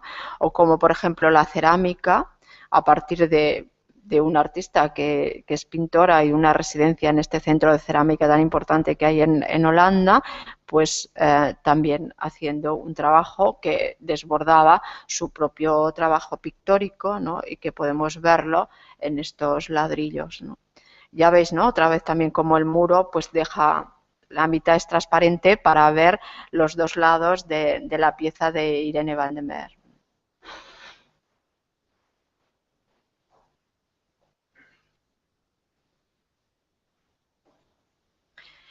Y ya para acabar, un nombre que ha salido muy insistentemente, que es Guillermo Mora, que está perfectamente dentro de la línea de lo que hemos estado hablando y que yo decía, bueno, pues es una especie de perspectiva, es alguien que podría estar en un... Y, bueno, he puesto esto como punto final, no tiene por qué pensar que él es el único, sino que, bueno, estamos siempre en un proceso de investigación y de búsqueda y de hallazgos, ¿no? Los paquetes que hablábamos antes de Guillermo Mora, los cinturones con la pintura dentro, solidificada, convertidos ya en escultura, ¿no? Que está en la línea y en la tradición de Ángela de la Cruz, por ejemplo, clarísimo, ¿no? Maider López, que también ha salido antes, ¿no? Con las toallas, otra forma de pintar, o este proyecto de Maider que me parece muy, muy interesante, ¿no? Que es en Francia, ¿no? Con estos paraguas iluminados de noche, ¿no? Y bueno, pues el convertirlo en una acción pictórica, ¿no? Pero en definitiva es lo mismo de lo que hemos estado viendo, ¿no? Pues en la fachada de la casa encendida o en la playa, ¿no? Es un elemento que se va repitiendo y que en este caso que necesita siempre son muy colaborativos, ¿no? Porque cuando hace lo de los coches necesita que los coches se vayan al monte. Cuando está en la playa necesita que la gente colabore con las toallas, ¿no? Y aquí llevando los paraguas, ¿no? Y ya para finalizar, quería poner también Juan López, es un artista con el que hemos trabajado y también es como la pintura desborda, ¿no? Desborda el propio espacio pictórico, acaba siendo muy arquitectónica. En el proyecto que hicimos en La Panera era realmente cubrir todas las 4 paredes de La Panera, trabajar solo en el perímetro de la Panera y hacer este tipo de intervenciones, pero convertir una galería de arte en una piscina, todo a base de vinilos, o sea, de hecho no pinta nada, porque Juan López utiliza vinilo más que pintar, o sea que luego esto todavía es más fácil porque se arranca y no mancha, ¿no? Y ya luego uno de los últimos trabajos que descubrí en el momento que estaba preparando esta conferencia es esta manera de pintar que ya me pareció como el sumo, ¿no? Hacia dónde vamos, qué vamos a hacer, ¿no? Entonces el incorporar en una sala de exposiciones este dibujo geométrico en el suelo, pero que está hecho con una moto de alta cilindrada, ¿no? Y desgastando las ruedas sobre el propio suelo, ¿no? Otra manera de dibujar, ¿no? Y ahí sí que, bueno, parece ya como bastante límite, ¿no? Y nada, espero que os haya interesado, que no me haya alargado demasiado y nada.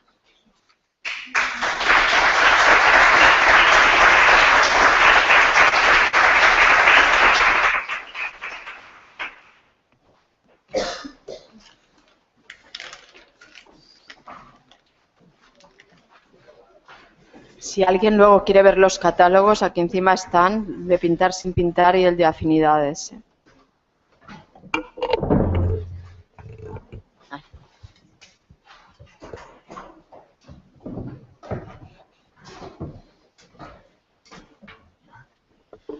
Bueno, seguimos con la estructura planteada. Damos la palabra en primer lugar al público, si os parece. Si tienen alguna pregunta o ha quedado alguna cuestión que se puede matizar o que no ha quedado suficientemente clara, pues es el momento, ¿no?, para preguntar.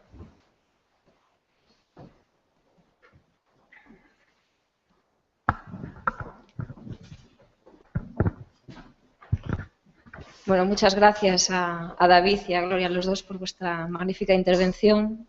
Yo más que preguntar, bueno, es añadir comentarios o reflexiones. Bueno, estoy muy de acuerdo con Gloria en situar los antecedentes o las referencias de todo lo que pasa en la pintura contemporánea, en las vanguardias, ¿no? Ya a principios del siglo XX. Para mí, todas las rupturas que se suceden en ese momento, en cuanto primero a romper el concepto de mímesis del espejo, ¿no?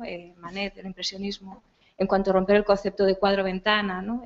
Pues cuando lanza la piedra a los cubistas y fragmentan ese cristal de la ventana en múltiples facetas, cuando se niega la representación, ¿no? Desde el monocromo, tanto Malevich como Rodchenko, cuando se niega la materialidad de la pintura, la necesidad de pintar utilizando el medio pictórico como Sweeters cuando hace las pinturas Merz, o la necesidad de incorporar el espacio, ¿no? a la percepción de la pintura e incluso hacer partícipe al espectador. Eso lo comentaba ayer Marisa Lissiski, ¿no? Con la Pranenraum y la sala de muestras, ¿no? Bueno, para mí todos estos referentes son claves, ¿no? Para entender, bueno, pues por qué Edouard Balan utiliza todo el espacio para componer, porque bueno, pues, Rubén Grillo utiliza la luz para pintar. Bueno, Moholy-Nagy ya había hecho con el modulador de luz-espacio, ya había pintado con la luz, porque hay artistas que prescinden, ¿no? del proceso pictórico. Bueno, al fin y al cabo también Moholy-Nagy un día cogió el teléfono y decidió encargar sus cuadros por teléfono, ¿no? Y bueno, después también Palermo comprar las telas y Buren comprarlas, ¿no? También. Entonces, bueno, me parece que ahí están todas las claves, ¿no? La vanguardia para entender lo que pasa hoy. Lo que pasa es que veo también que hubo un periodo de la historia del arte del siglo XX en el que todo eso quizás quedó eclipsado, ¿no? Y que hubo como una vuelta atrás, que fue con toda la pintura de los años 50, ¿no? Con el expresionismo abstracto, cuando se impone desde esas teorías dogmáticas de Grinberg, ¿no? Las teorías formalistas, una pintura retiniana, óptica, ¿no? Plana, que de alguna manera, bueno, pues todo eso, todas esas rupturas de la vanguardia que no encajaban o no le convenían, ¿no? para poder articular su discurso, se quedaron un poco fuera, ¿no? Que luego se recupera un poco en los años 60, en la posvanguardia, y que yo creo que eclosionan definitivamente en los años 90 y ahora en la actualidad. Bueno, era esa reflexión que quería añadir. No, incluso en el arte español, ¿no? El debate entre abstracción y figuración no hace tanto tiempo, ¿eh? No hace tanto tiempo, o sea, todo lo que suponía el paso, ¿no? Todas las aportaciones del paso, ¿no? Y lo que suponía ¿no? Una cierta figuración, hasta que no llegaron los 80, ¿no? Y ya, bueno, se entró en otra dimensión, era muy presente. Entonces la figuración estaba absolutamente olvidada, ¿no? Y era abstracción, las aportaciones, pues no sé, de todo el paso, pero luego pues en Cataluña era a Ràfols Casamada, a Hernández Pijuan, Guinovar, que era medio, pero el debate era, bueno, figuración ni hablar, ¿no? Entonces, claro, sí. Hay estos momentos de ocultación, ¿no? Que luego generan. Ahora parece que estamos en un momento mucho más permisivo y mucho más abierto, ¿no? Fíjate que a la hora de trazar una historia que muy bien trazada, como acabas de trazar, dijiste la palabra negar como 7 o 8 veces. Es decir, realmente se evolucionó negando, ¿no? Sí, todo. Sí. Y yo creo que en estos momentos estamos, por lo menos de los últimos años, en uno de los momentos más afirmativos otra vez, ¿no? Es decir, se trabaja con la pintura asumiendo todas estas negaciones, pero de un modo mucho más afirmativo y mucho más, pues, tranquilo, en el sentido de con menos prejuicios de si es figurativo, si es abstracto, si tiene color, si no tiene color. Es decir, bueno, yo creo que está llegando también un momento de que tampoco pasa nada porque algo tenga color, ¿no? Es decir, y porque algo tenga una figuración desde el punto de vista. O sea, es verdad que fue muy dogmático, como dices, Grinberg, pero es verdad que también toda esta deriva de negación acabó siendo también muy dogmática, ¿no? Hasta el punto de anular cualquier posibilidad que se saliera un poco de ese cauce. Pero yo creo que estamos en un momento muy, muy afirmativo con la pintura, ¿no? Es decir, un poco lo que yo decía, se vuelve a pintar. Es verdad que en los 90 hay excelentes ejemplos, pero sobre todo pictóricos, ¿no? Hay muy pocos ejemplos de pintura. Es decir, no es que reivindique, la pintura a mí me gusta muchísimo y todo el tema de lo pictórico, pero es verdad que ahora se ha vuelto a pintar con muchísima más naturalidad, creo yo. Sí, y yo, retomando un poco lo de la negación, ¿no? que dice Almudena, yo creo que han salido dos pintores, ¿no? que es Ignasi Aballí y Miquel Montt, que sí que le sacan partido a esa negación, pero asumiendo postulados de la negación, y eso es el revulsivo para crear obras, ¿no? Sí. Tanto la de los muros que nos has puesto de Miquel Montt, la pintura negada, el emparedada, ¿no? que ya que es, ilustra perfectamente esta idea, ¿no? Como muchas de las que tiene Ignasi Aballí, sí que como desde la la piel negación. de Ignasi Aballí es negar todo, o sea, dejas ya en la estructura, ni en la estructura ya dejas, ¿no? La pintura. Hay, por ejemplo, esas piezas de Ignasi, que son las primeras, ¿no? de las estructuras, que son fantásticas. Es increíble la cantidad de artistas, prácticamente todos los artistas que trabajaron con eso en pintura tienen alguna pieza que sea simplemente el bastidor, ¿no? Hubo una exposición en el 2001 en el ZKM de Karlsruhe que se llamaba Iconoclast, que era inmensa, a lo mejor podía tener, no sé, pues 1000 y pico obras, y todas eran la misma, más o menos la misma pieza, ¿no? Que era esa pieza por todos los artistas que habían trabajado pintura, todos más o menos los que hemos citado, y otros, y Minobel o Panero, todos tuvieron más o menos, lo cual no deja de ser curioso, ¿no? Esa necesidad casi de quitarte la piel, ¿no? Para llegar a la nada para volver a crear, ¿no? Que es un poco también lo que es la historia de la pintura en el siglo, ¿no? Es decir, es quitar para volver a crear, ¿no? Sí, bueno, pero yo creo que lo interesante es cuando no solo es haber puesto un bastidor en un momento determinado solo, sino el cómo se construye el propio discurso artístico, ¿no? Que ahora puede ser un bastidor, ahora puede ser el polvo, ahora puede ser la lata de pintura o ahora puede ser el Pantone, ¿no? Las listas de Pantone de Ignasi Aballí, ¿no? O sea que a mí lo que realmente me preocupa es cuando si realmente se construye ese cuerpo artístico, teórico, ¿no? Denso, y que con el tiempo es cuando vas viendo, ¿no? El hecho de en un momento determinado haber acertado con una pieza, pues bueno, tiene su interés, pero es el tiempo, ¿no? Es el tiempo, la trayectoria y el que realmente, si alguien... Si no lo decía por Martina Severí, al contrario. Quiero decir que incluso en la fotografía, si vamos a la primera pieza casi de Elena Almeida, que trataba de desarticular la lógica perceptiva, un poco la pintura a través de la fotografía, de pintar, de dibujar, es también un bastidor. Es decir, simplemente darle la vuelta a la tela, ¿no? Es decir, pero que existe, creo, en los artistas a veces una necesidad, ¿no? de trabajar con ese límite que casi se le impuso, por lo menos al empezar a pintar. Gloria, no me extraña que te guste Manzoni y que te guste Bailly, porque la vuelta del cuadro lo pudo haber hecho Manzoni si hubiera venido unos años más. Pero yo quería hablar de Buren. Buren, aparte de ser un artista, que yo no lo llamo pintor, es un gran escritor, un teórico, y hace unas reflexiones sobre el arte interesantísimas, ¿no? Y yo creo que Buren es más un escultor que un pintor. Es decir, él utiliza una pieza que, digamos, de alguna manera, más que dialogar, altera el sitio en el que se coloca. Yo lo comparo con Serra. Es decir, son dos artistas, en el caso de Serra es un escultor y en el caso de Buren es un señor que utiliza un cuadro o lo que sea. Pero a él lo que le interesa es el sitio, fundamentalmente, y la alteración de ese sitio.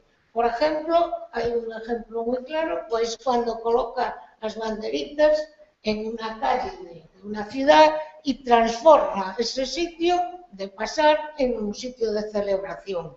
Es decir, el concepto para mí que tiene Buren es más cercano a lo escultórico que a la propia pintura. Es decir, hace una cosa de rayas, a veces, otras veces no. Vimos lo del Gran Palais en Castellón, no sé cómo se llama, el museo. Utilizó toda ¿cómo se llama? Azulejo, que es la artesanía típica de allí, para trabajar en el museo, ¿no? Entonces, yo creo que es más un sentido de sitio con algo que la reflexión sobre la pintura. Sí, totalmente. Sí. Parte de un modelo, de un patrón pictórico, en definitiva, pero la importancia de la arquitectura también en Daniel Buren, ¿no? O sea, los arcos, yo me acuerdo en Burdeos, los arcos del entrepot que no veía nadie, ¿no? En el momento que él lo subraya con las bandas, la arquitectura toma otra dimensión, ¿no? Y el plano aquel de... Los cerraban las bandas con el reflejo del espejo.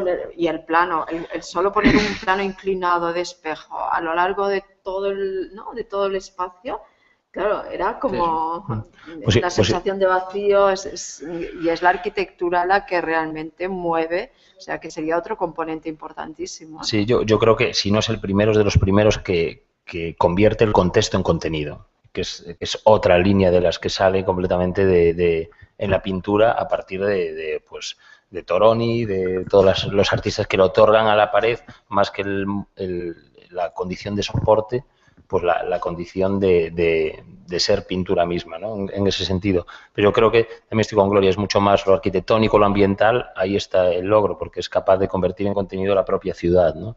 Tienen contenido pictórico, en contenido en obra, de una manera pues muy sencilla y con lo mínimo, pero en ese sentido, por ejemplo, sí que es verdad que es bonita la comparación, pero Serra es lo contrario, ¿no? Es decir, rompe completamente lo arquitectónico, la ciudad, es decir, a través de, pues, en esta plaza donde de repente, no me acuerdo cómo es el Tittle Arch, ¿no? Tittle Arch de repente que bueno, tuvo muchísimas protestas porque la gente no podía pasar, pero es verdad que en ese caso hace lo contrario, ¿no? Es decir, podemos compararlos, pero precisamente ahí sí que creo que hay un peso escultórico, porque la escultura, un poco volviendo a lo de Reinhardt, ¿no? Es decir, que es con lo que tropiezas una vez que te dispones a contemplar una pintura, ¿no? Pues creo que con Daniel Buren no se da, ¿no? Es decir, precisamente es que estás dentro de esa pintura. Y esa idea de alteración del espacio. Serra dice, esas esculturas no tienen por qué dialogar con el espacio, para eso están los urbanistas. Esas esculturas se tienen que autoidentificar en el espacio como tales esculturas.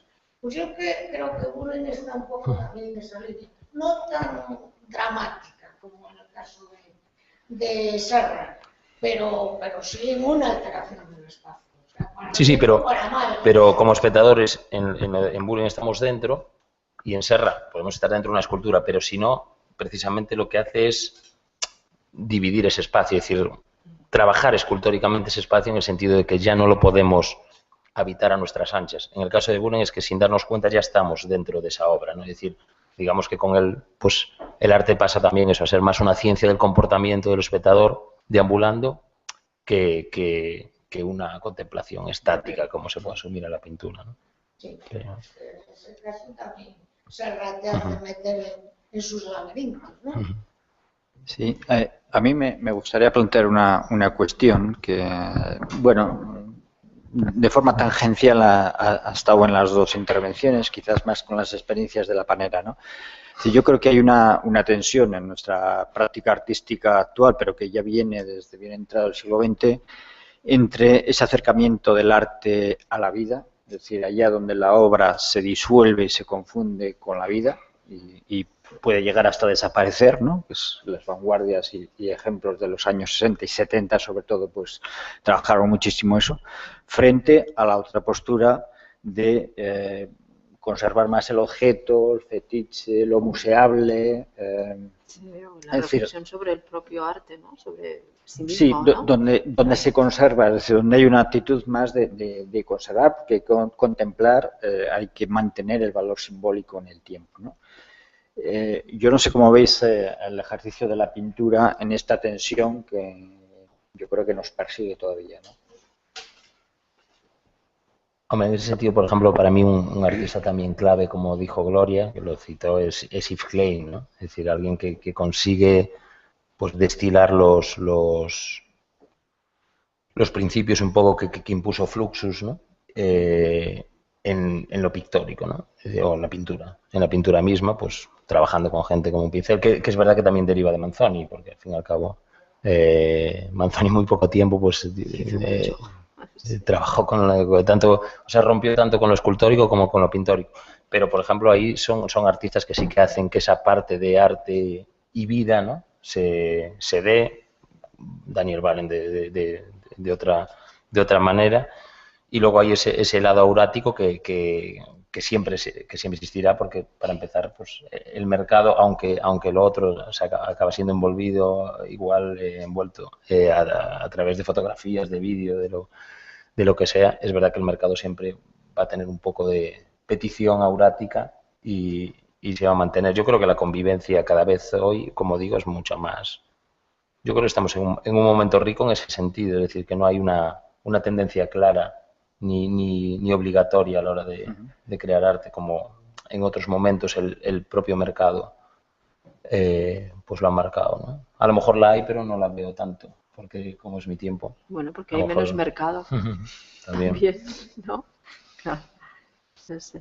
No, ahora estaba pensando en Manzoni, que bueno, como me gusta tanto su trabajo, que el soplo del artista, ¿no? Que me parece una de las piezas más dentro de un globo, el que el artista sople, ¿no? Y que dentro deje no solo su aire, sino su aliento dentro de, me parece que es un autorretrato, el de construir la idea de autorretrato para acabar en el soplo, ¿no? del propio artista, ¿no? Y en esto es muy curioso porque el Magba tiene esta pieza, pero claro, no tiene la pieza, tiene una especie de masa compacta del globo. A ver quién sopla.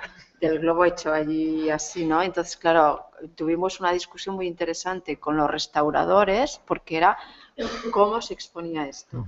Entonces, claro, y bueno, y duró, porque claro, el hecho, bueno, consigues un globo, soplas, si sopla el restaurador, ya no es, ¿no? Entonces, ¿cómo explicas, ¿no? Para el público en el contexto de la colección esa idea de que es el soplo y que lo que estás viendo son los restos, ¿no? Pero que entonces, bueno, duró si compramos un globo, si no compramos un globo, si está hinchado, si no está hinchado, si no es sin globo, y al final se hizo una cartela que nos es con un texto explicando, ¿no? Simulando, es una simulación, no sé qué, porque no se puede reproducir, no sé qué y tal, ¿no? O sea que, pero como idea de autorretrato, me parece, bueno, no, es un ya.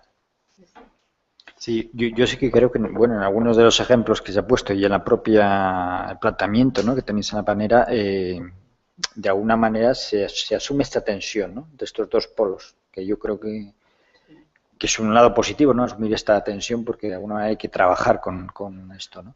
Sí.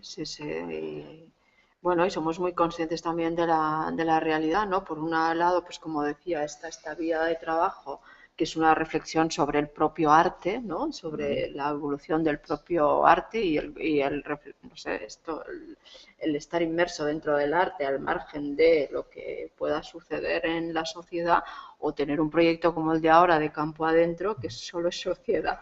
O sea, es en el otro extremo, ¿no? O sea, es Ballester con sus cerámicas hechas no sé dónde, ¿no? Y que pues bueno, es todo lo que es los proyectos de distintos artistas trabajando en contextos rurales y a partir de lo que da el contexto, ¿no? O sea, que ya se aleja completamente porque obra no hay casi. O sea, hay proyectos, ¿no? Y la memoria del proyecto y la actuación, ¿no? Hecha en ese pueblo, ¿no? Trabajando con los habitantes del pueblo o con las reivindicaciones del pueblo o con lo que sea, ¿no? Bien, ¿alguna cuestión más? Sí, es una pregunta que dejo caer a quien quiera responder.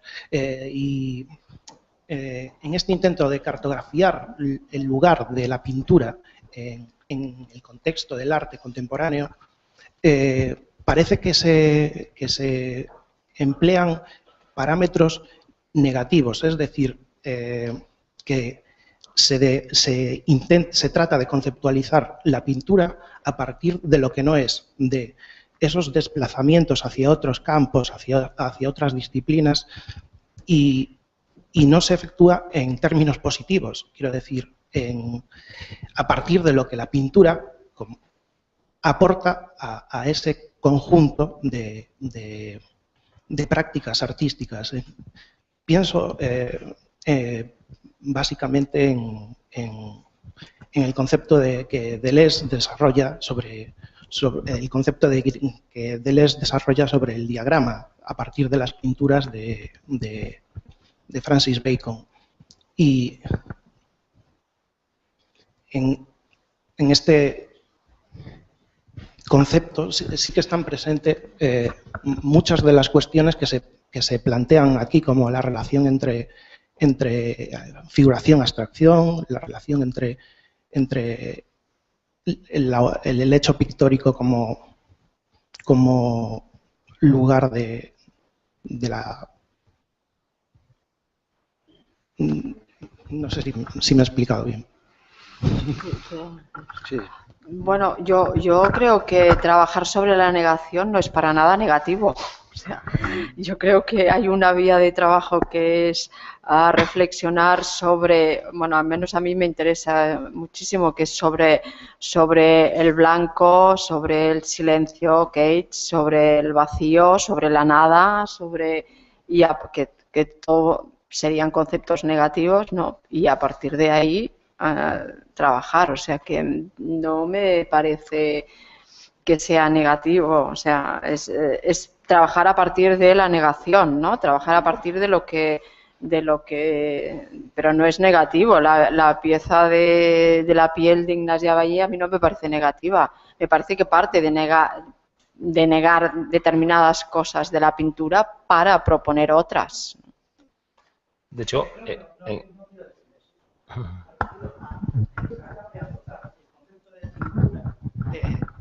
a partir de lo que ya no es, de anclarse en esa idea de clásica de pintura para, en una serie de desplazamientos hacia otros campos, dejar de lado esa otra conceptualización de la pintura en lo que tiene de concluyente. Es decir,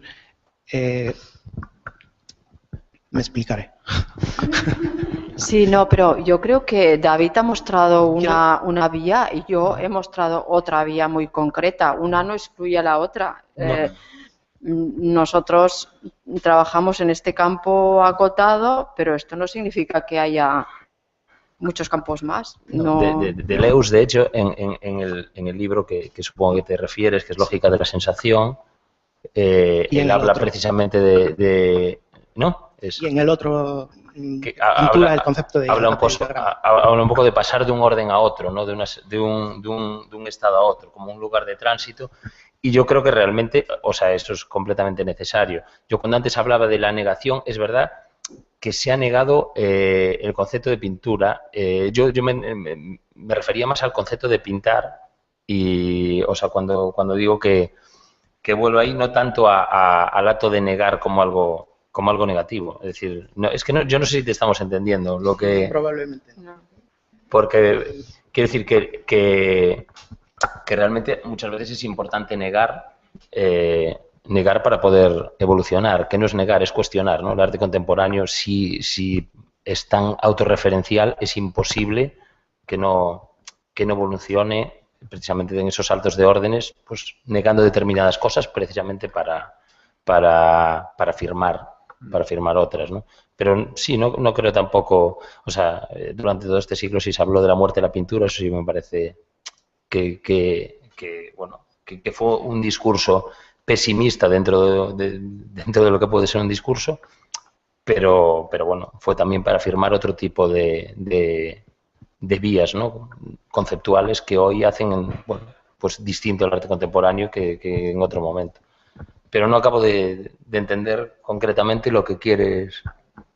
A ver. Yo por apoyar un poco lo que decías tú, no apoyar, no sé si me entendí también, pero yo como voy a hablar esta tarde, pero no voy a leer entonces voy a leer simplemente un fragmento que tenía aquí de mi texto, que dice algo así como: la negación plástica no activa los significados. Los registros no valen por lo que desechan o evitan. En la pintura todo es resto presencial. El significado poético es acumulativo. No sé si él iba por allí, pero de alguna manera yo pienso que la pintura, el territorio de la pintura es el territorio de la presencia y no el territorio de la ausencia. Porque cuando hay ausencia, lógicamente tienes que racionalizarla o tienes que narrar esa ausencia para que sea comprendida. Pues esto que no está presente, si tú no la dices, no puedes encontrar su significado. No sé si me he explicado lo que he querido decir. ¿No? ¿Me habéis oído? Sí, sí, No sé, quiero decir, cuando no estás, alguien tiene que decir, esto no está. Pero cuando está, todos lo vemos, ¿no? Yo pienso que la pintura es siempre un lugar de la presencia, de lo que se hace, no de lo que se evita hacer. Lógicamente, y la pintura es también un territorio de la tachadura y de la sobreimpresión y un territorio de la capa y del palimpsesto y de lo que queráis, ¿no? Pero solo podemos aprender su significado de alguna manera a través de lo que está presente, de lo que vemos. También de lo ausente, pero lo ausente simplemente ya es un territorio de lo intelectual, del pensamiento y de la narración. Y en ese sentido, quiero decir también otra cosa que me ha parecido muy bien lo que habéis hablado y no tengo nada en contra de esta visión. Sin embargo, pienso que Gloria ha dado una visión de la pintura más desde el espectador, desde lo que uno puede ver como pintura. Creo que, bueno, quizás los artistas tengamos también luego oportunidad de hablar de lo que entendemos de la pintura como lo que se hace como pintura, no lo que se ve como pintura, porque ese es un territorio muy amplio. Lo que se ve como pintura es un territorio infinito, porque todos podemos verlo como pintura. Yo puedo ver una pared como pintura, una pequeña mancha como pintura. Yo lo veo todo como pintura porque soy un pintor y mi cerebro está deformado. Entonces voy por la vida viendo pinturas. Pero muchas veces el espectador, yo pienso, la gente no va viendo pinturas, va viendo cosas o va viendo... En el museo quizá empieza a ver lo que se le pone como pintura o como escultura o como lo que sea, no lo sé. Pero en cualquier caso, no todo lo que se presenta como pintura pienso que sea pintura. No digo que no sea arte, pues eso está ahí, eso está por supuesto evidente, ¿no? Y os pregunto, os lanzo la pregunta, si merece la pena debatir esto. Es decir, ¿merece la pena debatir la pintura desde el punto de vista del que lo hace o simplemente es una pregunta ya superada, trasnochada y a que a nadie le interesa? Salvo a los que pintan, claro está. Pero es que para eso hay que madrugar, Daniel, porque yo hablé de la pintura que se hace. Sí, yo creo, retomando la exposición de David y No, he visto, no, he llegado tarde y sé que tú has estado en el otro lado, lo pillé. David plantea en el texto del catálogo, que bueno, hoy hemos podido también ver ideas que aparecen en este último libro que hizo, la diferencia entre la pintura y lo pictórico, ¿no? Es decir, lo pictórico como esa manera de ver, de pensar a través de lo que se ve o teniendo la mirada como una forma de pensar. Y yo creo que en esa apertura, ¿no? O esa diferencia, o sea, ese entre que hay entre la pintura y lo pictórico es donde se plantea todo el juego, ¿no? Incluso lo que planteábamos de la propia negación. Es decir, eso es lo que permite realmente construir todo un sistema de pensamiento que es un sistema de pensamiento visual, ¿no? Yo creo que hay... no todo lo visual... El arte, hablamos de artes visuales, por supuesto, frente, no sé, a la literatura, a la poesía, a la música, artes visuales. Dentro de las artes visuales, a las que no podemos, vamos, no hay crítica posible que se pueda hacer al concepto de arte visual. Dentro de las artes visuales no todo es pintura, solo algo es pintura. Lógicamente la pintura continuamente está contaminada de la vida del sujeto, contaminada de la historia del arte, contaminada de las experiencias ambientales, de la fenomenología, de la ciencia, de la técnica. La pintura está contaminada. Ahora bien, yo me planteo como artista qué hago, qué estoy haciendo cuando estoy en el estudio, ¿no? Y una pregunta que me hago es ¿en qué momento la pintura se me hace presente o en qué momento estoy haciendo otras historias que son arte pero que no son pintura? Pero imagino, simplemente yo creo que como las jornadas van sobre arte y pintura, creo que esta cuestión puede tener alguna relevancia. Lógicamente, yo creo que a lo mejor es irrelevante para la mayoría de la gente este tipo de debate, ¿no? Pero bueno, puesto que pienso yo que la cuestión era un poco cómo la pintura se entendía actualmente, pienso que eso puede ser quizá algo relevante. Para mí todo, pero yo precisamente hablaba que si algo define un poco más a esta generación y a la generación que viene después de la mía, que tú estarías con la mía, aunque eres un poquito mayor, es que precisamente vuelve a pintar.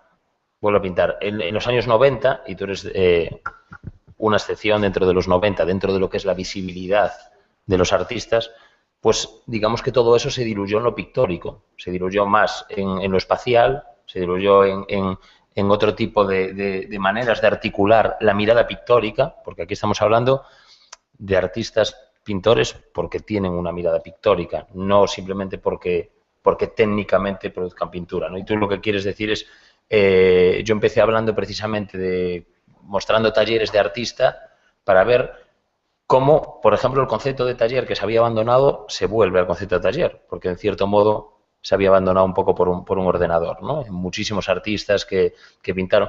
Y yo creo que eso que dices tienes razón. Es verdad que, por ejemplo, en la década de los 90 estaba mucho más ávido este debate que acabamos de plantear, que ahora, que como digo, se está rompiendo, se está diluyendo en favor de artistas que vuelven a no tener miedo a la manufactura, a no tener miedo a mancharse las manos, por decirlo de alguna manera, a no tener miedo a tener estudio y a no tener miedo de hablar de la pintura como tal, ¿no? Más allá de cualquier teorización pictórica o metalingüística que es un poco lo que ha dominado en el siglo XX. No sé si es un poco por donde vas.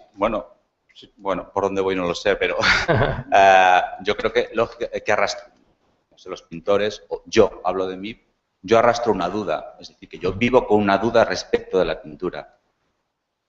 Vivo con una tensión respecto de la pintura, ¿no? Y en ese sentido no puedo despegarme de ella. Es cierto lo que tú dices, que ahora la pintura se utiliza como un mecanismo más, como un dispositivo más para crear imágenes, igual que puede ser el vídeo, igual que puede ser la fotografía, igual que puede ser cualquier otro dispositivo, ¿no? Ahora bien, mi pregunta, si puedo hacer otra pregunta nueva, es si hemos perdido una cierta educación para visualizar lo pictórico, o para ser críticos con lo pictórico, o para ser analíticos con lo pictórico, o para ser, no sé cómo decirlo, para ver la excelencia de lo pictórico. Porque puede ser que lo pictórico sea un medio más, como si yo hago clic, o como si yo... Pero yo creo que hemos perdido un poco la voluntad de lo excelente en beneficio de la voluntad de lo pragmático, de lo oportuno para el momento determinado, o no diría la exposición determinada, pero tengo una idea y utilizo la pintura para llevar esta idea. Y en ese sentido, la pintura ha perdido... bueno, yo ayer, no sé, lo apunté y dije, no sé, lo apunté, no sé cuándo, y pensé, el arte se ha democratizado. El arte se ha democratizado porque, en cierto sentido, ahora el arte es un ejercicio intelectual y todos pensamos, todos podemos tener una idea que podemos llevar a término. Podemos hacerla física o presentarla como tal. Pero hago una nueva pregunta, a lo mejor la tengo que responder yo, que no me respondí. ¿La pintura se ha democratizado? La pintura no puede democratizarse porque es un ejercicio de una técnica que exige una técnica y un aprendizaje y una voluntad. No puede ser democrático. Me refiero que exige una voluntariedad por parte de lo que hace. No es tan fácil pintar bien, desde mi punto de vista. Básicamente es imposible pintar bien. Y además el pintor debe medirse con toda la historia de la pintura.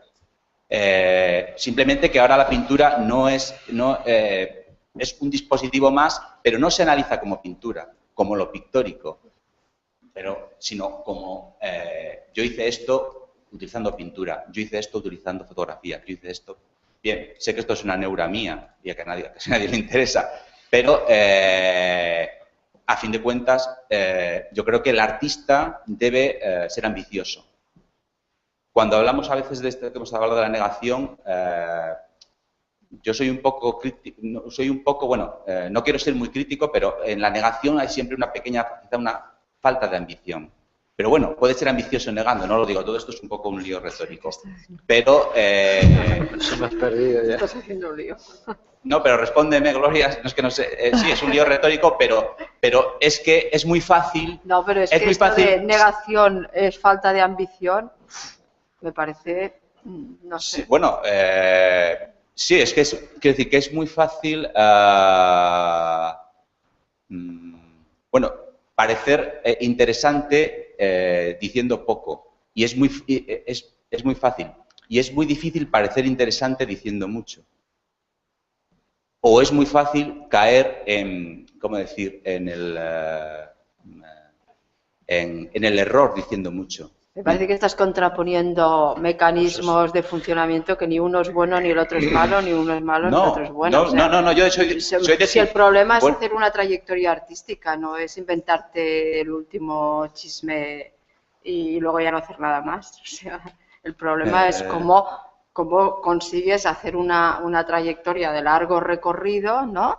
Y que realmente articular un pensamiento intelectual, artístico, etcétera, y las supuestas estrategias que utilices para esto es algo que hay que cultivar como el que cultiva una huerta, o sea, y puedes utilizar la negación, la afirmación o las dos a la vez y hacerlo bien o hacerlo mal. Sí, o sea, por supuesto, eso desde luego. Si no quiero ser una cosa a la otra, o sea. Más bien soy descriptivo, ¿no? En fin, si he pecado de hacer valoraciones, pues puede ser, pero intento ser descriptivo. Bueno, es cierto que lo importante es un recorrido y cómo uno construye su propia identidad como artista y cómo esa se encaja en un sistema social y etcétera y todo esto.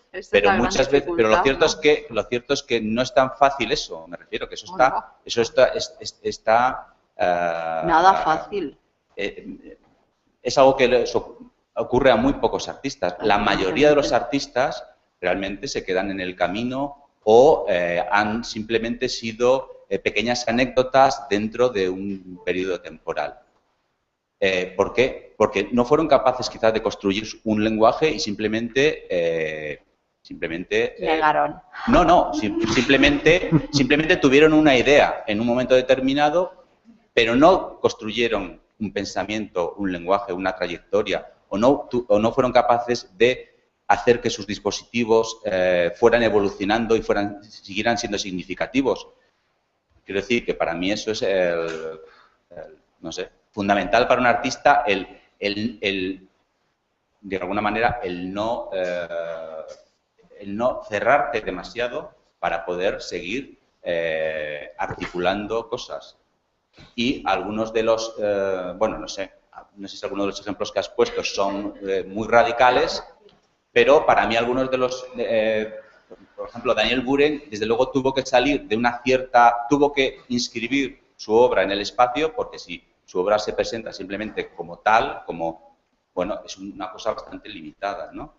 Desde mi punto de vista. Entonces, lo pictórico empieza a ser algo que transforma el espacio y que se ve, bueno, sí, quizá como algo más escultórico, en fin. Pero es capaz, de alguna manera, de evolucionar dentro de su propio lenguaje. Pero si no, hubiera sido también para mí, no sé, anecdótico, quizás. Si solo es una persona que pone sobre lienzos con bandas, bueno, para mí es algo limitado, algo no tan interesante. Bueno, no sé. ¿Queréis añadir algo? Había ahí una persona que ha levantado antes la mano. Sí. No sé si querías... Bom, acho que era eu. Eu peço desculpa de novo não falar em português.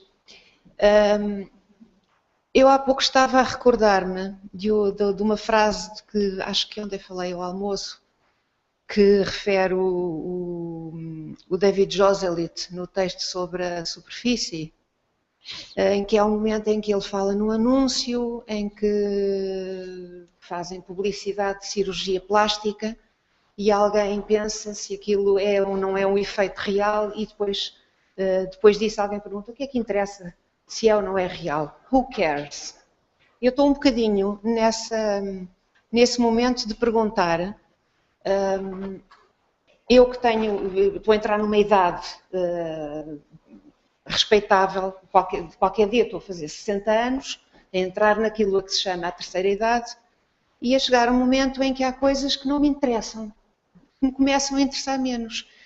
E o mais difícil, a Maria Luísa já está a rir-se, o mais difícil disto é quando nós chegamos à conclusão que andamos à procura, durante a vida inteira, de respostas, e neste momento essa pergunta que fizemos não nos interessa nada.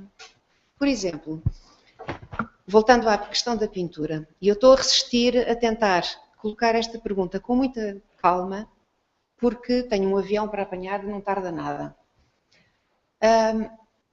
Será que ainda é tão importante preocupar-nos sobre se é pintura ou não é pintura? Se é pintura... Porque é que durante os anos 90, principalmente durante os anos 90 e ainda hoje, damos tanta importância, e eu falo por mim também, damos tanta importância a um determinado tipo de obras de arte que, acima de tudo, pergunta ou se exerce sobre uma espécie de zona de limite entre ser pintura ou não ser pintura ou ser outra coisa, ser e não ser. Ou seja, à beira do limite, ou afirmando precisamente essa dúvida, ou trabalhando em profundidade sobre as zonas de dúvida. Mas, ao mesmo tempo, se faz isso também sobre o ser ou não ser arte. E ser ou não ser, por exemplo, uma arte visual, ou ser uma arte que é uma outra coisa qualquer. Porque é que nós estamos sempre a massacrar um bocadinho, como nós dizemos em Portugal, a fazer a canção do ceguinho? Para quê? A mim interessa-me a arte e a pintura, não porque, embora o como que as coisas se fazem, eu estou-me a lembrar de uma exposição que tem um texto extraordinário chamado As Painting, como pintura, ou seja, é pintura porque é como pintura, ou é pintura porque conta como pintura.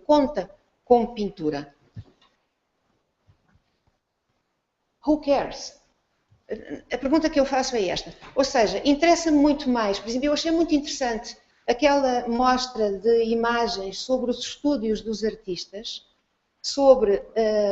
porque os estúdios dos artistas são efetivamente muito reveladores de como eles pensam e, através do como eles pensam, o que é que eles pensam.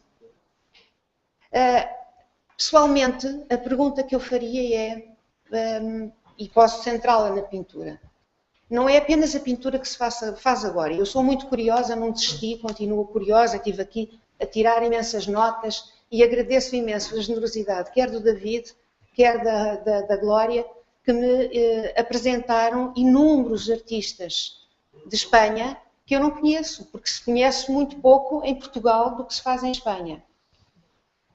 Mas a pergunta que eu faço então é, qual é que será a pintura que se vai fazer? Não sobre como é que essa pintura se vai fazer, mas do que é que ela vai falar. E aí eu desloco talvez a questão para uma que me interessa particularmente, que penso que é se calhar a grande questão que a arte coloca. Porque é que é arte e porque é que não é arte? Ou o que é distinto da vida? E onde é que ela se aproxima da vida? E como é que nós, através dela, pensamos sobre a vida? Isso, para mim, são as questões verdadeiramente, agora, motivadoras, mas desculpem, porque eu, qualquer dia, estou a reformar-me e não tarda nada, tenho um avião para apanhar. Ou seja, o que é que o futuro traz? Ainda por cima em tempos de crise. No sé, yo creo que la pintura va a seguir hablando o de la vida o de pintura, ¿no? Es decir, que no quiere decir que no sea la vida, pero creo que aún queda hablar para rato de de pintura que habla de sí mismo, ¿no? Digamos que es un medio con tanta tradición que es imposible borrarla, ¿no? Con lo cual, ahí sí que seguirá hablando sobre... Pero bueno, sí que es verdad que hay la pintura siempre habló de su momento, ¿no? Es decir, cualquier pintura, incluso una pintura abstracta, habla del momento, ¿no? En que está a ser producida, aunque sea solo si nos vamos a físicamente cómo está producida, ¿no? Creo que como cualquier medio de expresión conceptual, porque para mí el arte conceptual está muy bien, el puro, pero para mí todos los pintores o la gente que trabaja la pintura que me interesa, para mí es conceptual. Es decir, repiensa por qué pinta lo que pinta y cómo hacerlo, ¿no? Pero bueno, yo creo que sobre todo la pintura va a hablar o va a ser un modo de destilar, un testigo de su tiempo y una manera de ver siempre lo que está pasando, ¿no? No sé, tampoco soy adivino. Hombre, no, hablamos de arte y pintura porque las jornadas eran el tema. Si no podíamos haber hablado de 1000 cosas distintas, ¿no? ¿no? Podíamos haber hablado de arte y política o de muchas cosas, ¿no? Que afectan el arte y el contexto y todo, ¿no? Y luego, pues sí que es cierto que hoy lo estaba pensando viendo tu intervención, o sea, depende mucho del contexto. En Cataluña no hay tanta pintura, no has puesto tantos ejemplos. A lo mejor sois menos pictóricos. No, sí, en serio, no. Es que tú has hablado de una generación joven, ¿no?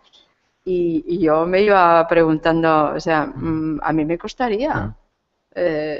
Tú has hablado, los nombres que has utilizado de Cataluña es Ignasi Aballí, Pere Jaume, son referentes para todo el mundo. Sí, no sé. Pero, por ejemplo, Pere Jaume no ha creado escuela, por decir algo, rápidamente, pero sí que este panorama que has trazado, que no has citado a ningún... Los más jóvenes, no sé quiénes son, pueden ser catalanes. Bueno, ¿ves?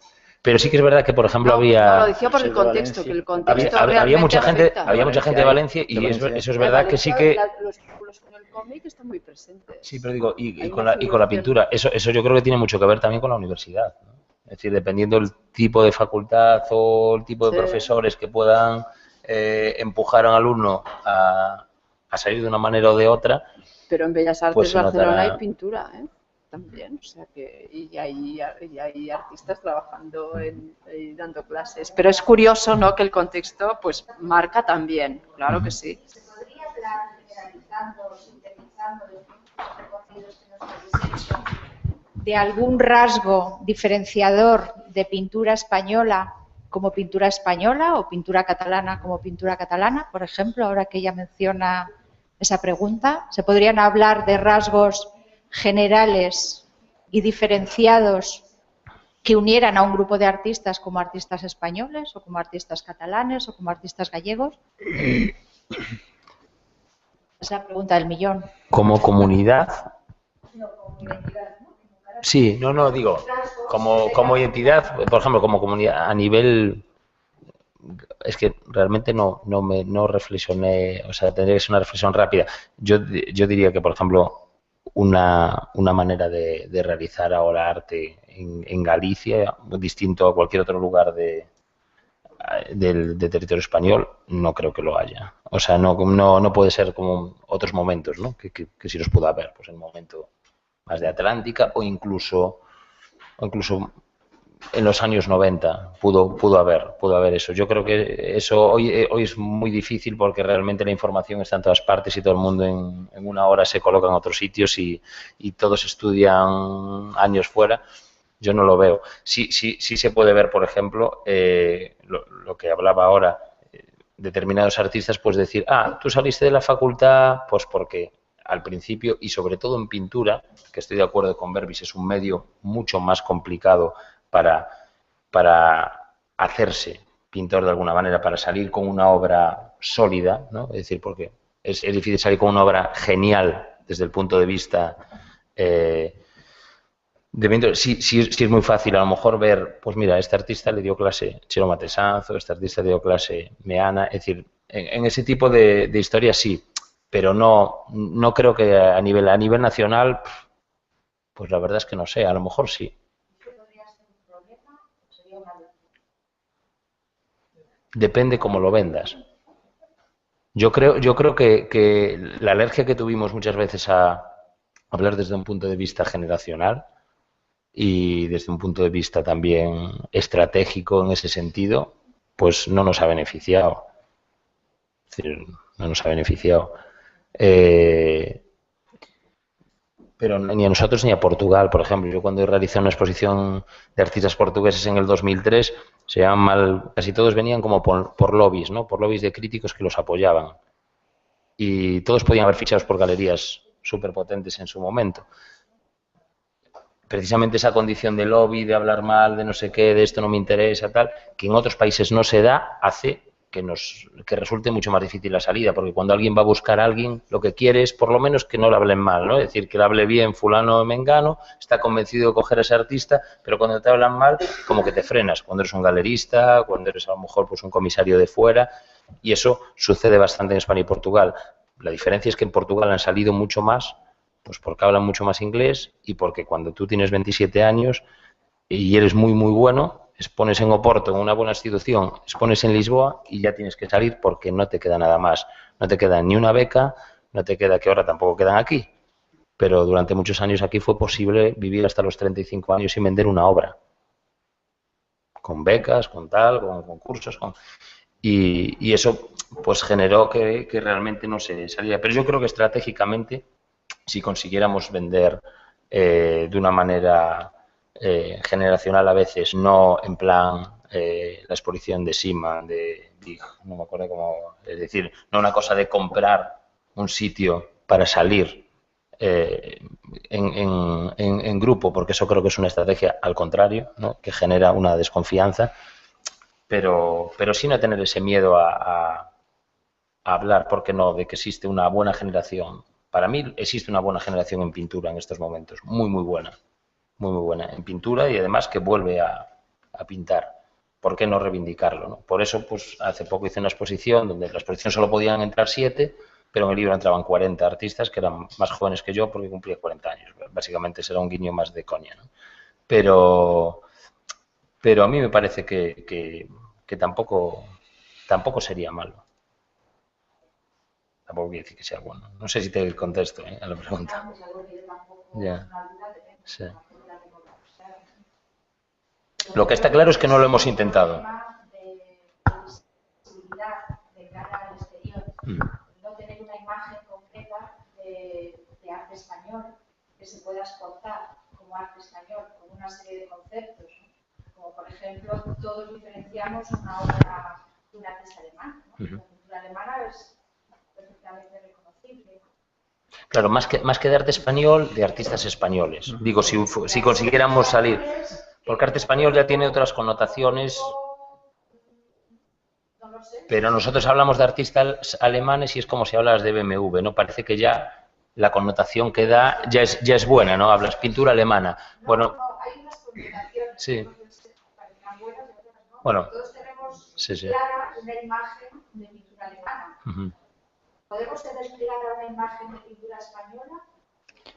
Sería muy interesante saber cómo tendría que ser, ¿no? Yo no sé si en estos momentos con las nuevas generaciones ocurre eso, pero a finales de los 80, fuera, en París, por ejemplo, ocurría. Es decir, la pintura española que estaba de moda, Sicilia, Broto, Campano, en fin, toda esta generación, y desde París se les veía como alguien que comulgaba con la tradición de lo pictórico español, ¿no? La tradición, en fin, del Prado, ¿no? Ahora puede ser.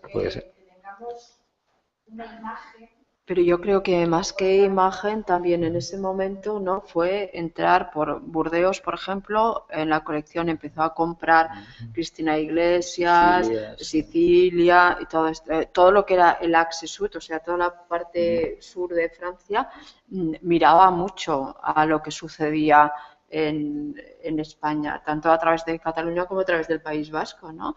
Y yo creo que ahí se mezclan como más cosas, no tanto una imagen de de arte español, sino el que en un momento determinado se entra en un contexto.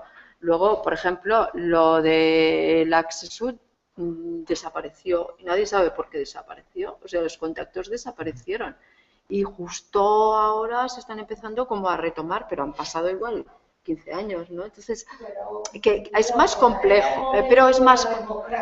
Claro, que la consumimos en 2 días. Claro. Sí.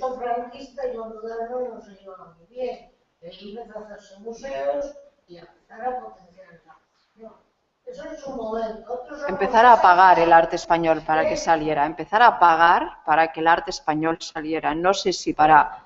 No sé si para... No, claro, pero no sé si como para asumirlo en un contexto globalizado, normalizado, ¿no? Que esto yo tengo mis dudas, ¿eh? O sea, que el Ministerio de Cultura pague una exposición de arte español en donde era, en Berlín o no sé, creo, ¿no? En la Bahnhof, ¿no? Y la pague y ya está, y se vuelva y sirve para algo, igual no sirve para nada. Claro. Pues igual es mejor entrar por una galería que es buena galería, que tiene unos coleccionistas, que estos coleccionistas empiezan a coleccionar y que luego vas a una Kunsthalle y de la Kunsthalle pasas al Gran Museo. Quizás otra manera, que más a largo plazo y como más interesante, ¿no? En cambio, el lanzar allí en paracaídas un proyecto y al cabo de 2 meses para casa otra vez, pues ya hemos visto que mucho no han servido estas historias. Claro, pero bueno, yo cuando hablo de una... es decir, los FRAC protegen completamente. Hay una red de artistas franceses, por ejemplo, protegidas a través de los FRAC, ¿no? Es decir, cuando... No, yo te puedo decir que hay por ejemplo, el FRAC Córcega, que yo estoy en la comisión de compras, tiene piezas importantísimas de arte español que yo en la Panera no he podido comprar. Claro. O sea, no solo protege a los artistas franceses, ni muchísimo menos. Bueno, y hay otros españoles en otras...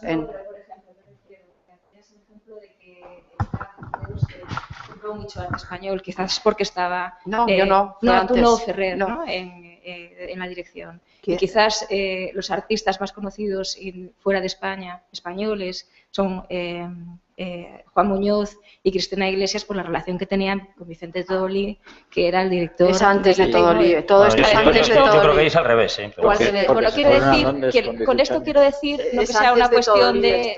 No, que va más allá de una cuestión que no se conozca el arte español fuera o que no esté presente, que no tenga visibilidad.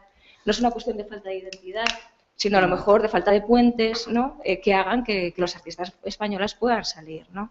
Ayer, por ejemplo, Ansel Huete decía que él cuando empezó a pintar, un día fue a visitar a Álvaro Cunqueiro, que era director del Faro de Vigo, y le dio un catálogo de los informalistas franceses y que ahí, bueno, le dijo esto es lo que hay que hacer, ¿no? Bueno, pues ahí conoció a Foutier, en fin, ¿no? A esos artistas. En aquel momento quizás, bueno, pues no había otra posibilidad más que agarrarse a cuestiones identitarias, a lo que tenía que ver con las raíces, el origen, en fin.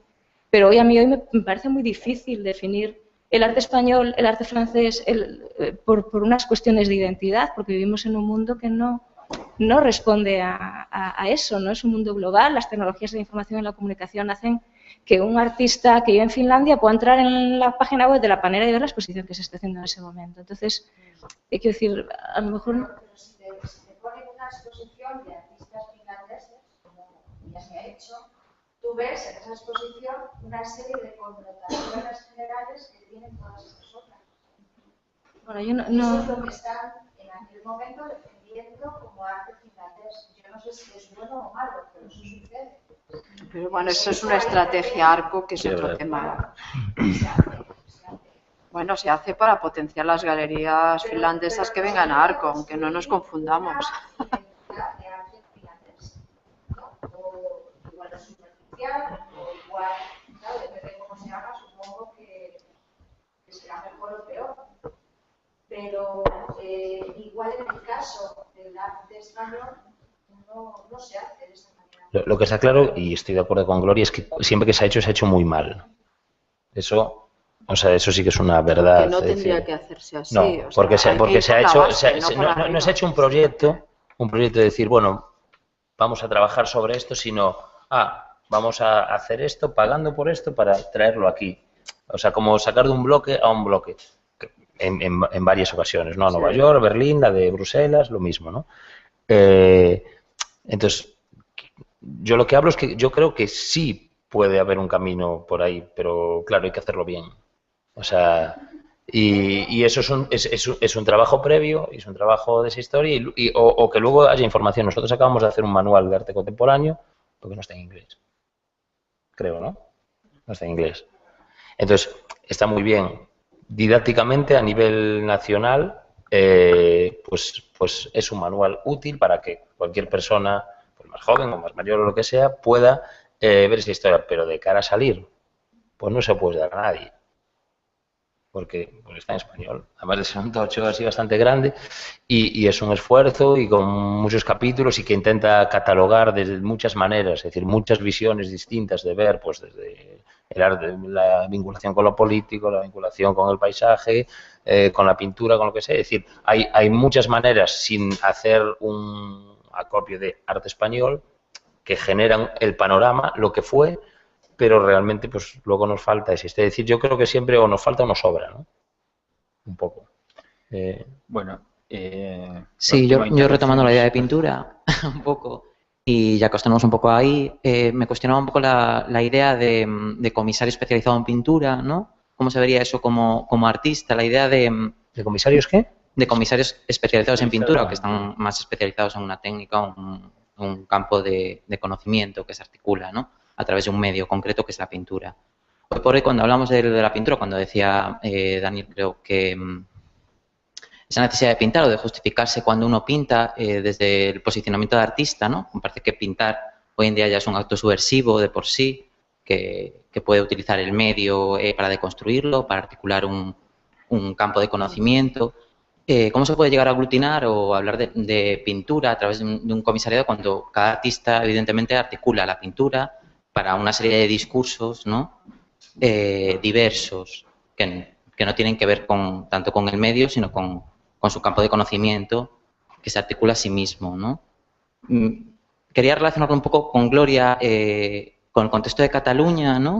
De esa idea de negar el medio, de jugar con el medio para cuestionar la propia representación del lenguaje, de cómo los artistas podemos llegar a justificarnos también decidiendo que hay un acto performático como la última obra que ponías, ¿no? Para incorporar que no estoy pintando solamente, que ese acto tiene que ver con una idea performática de acción, política o social, que articula un lenguaje, política, un conocimiento, social, cultural, decir, que es mucho más amplia en cuanto a... Sí, claro. Pero como esto se niega hoy en día o se reafirma en cuanto a la persona que pinta, que pasa tiempo pintando, como acto subversivo, como reafirmación, y cómo esto influye en el comisario en la relación con las instituciones, con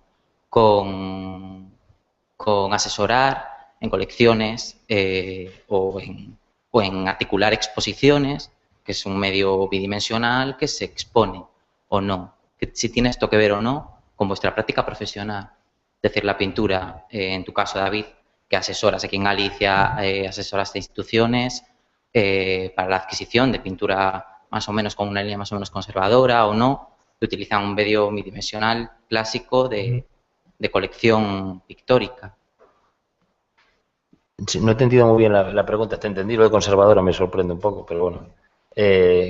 Dime un artista no conservador que trabaja en pintura. Me refiero más a los medios, así como en La Panera tenéis... Entonces, ¿estás diciendo que la pintura es conservadora? No lo estoy diciendo, lo estoy cuestionando. Yo estoy diciendo que como artista sí que existe, parece que existe una necesidad. Cuando hablas de Tania Blanco tiene una obra pictórica bidimensional, súper clara, pero en cambio en Generaciones utiliza unas esculturas de barro pintadas, ¿no? En concreto, y entra en lo que llamamos arte contemporáneo o difícilmente igual entraría en un certamen así la pintura que utiliza ella bidimensional, cuando es igual más política, menos articula un lenguaje y además técnicamente es decir, me refiero a esa idea como artista de la necesidad de cambiar de medios y como comisario de cómo te influye tu relación Es que no la entiendo muy bien, pero a ver, A la hora de articular tu creo que yo la discurso entendí. como comisario. Por ejemplo, un poquito más directo. Si yo compraría, por ejemplo, un trabajo de Tania Blanco, al ser pintura, por ejemplo, ese tipo de trabajo está en la Casa de Cedillas y lo compraría dentro de una colección, por ejemplo, tipo Barrié.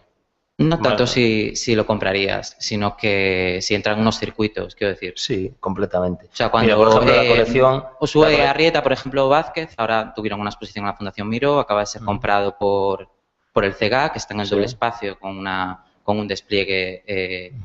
Cuando explican su obra, parece que hay una necesidad de explicarlo a través de lo performativo, de fuimos a grabar, de tal, de aquí hay como cuando hablas de pintura, ¿no? Y explicas a Ignacia Valli o hablas de lo performático, parece que la pintura en sí misma, no es subversiva el acto de pintar, o no está aportando nada, o en qué momento estamos aportando simplemente por el hecho de pintar, o necesitamos transgredir el medio, tal. Quiero decir, hay una serie de lenguajes de arte contemporáneo que nos interesan, que tiene que ver con lo subversivo, pero bueno.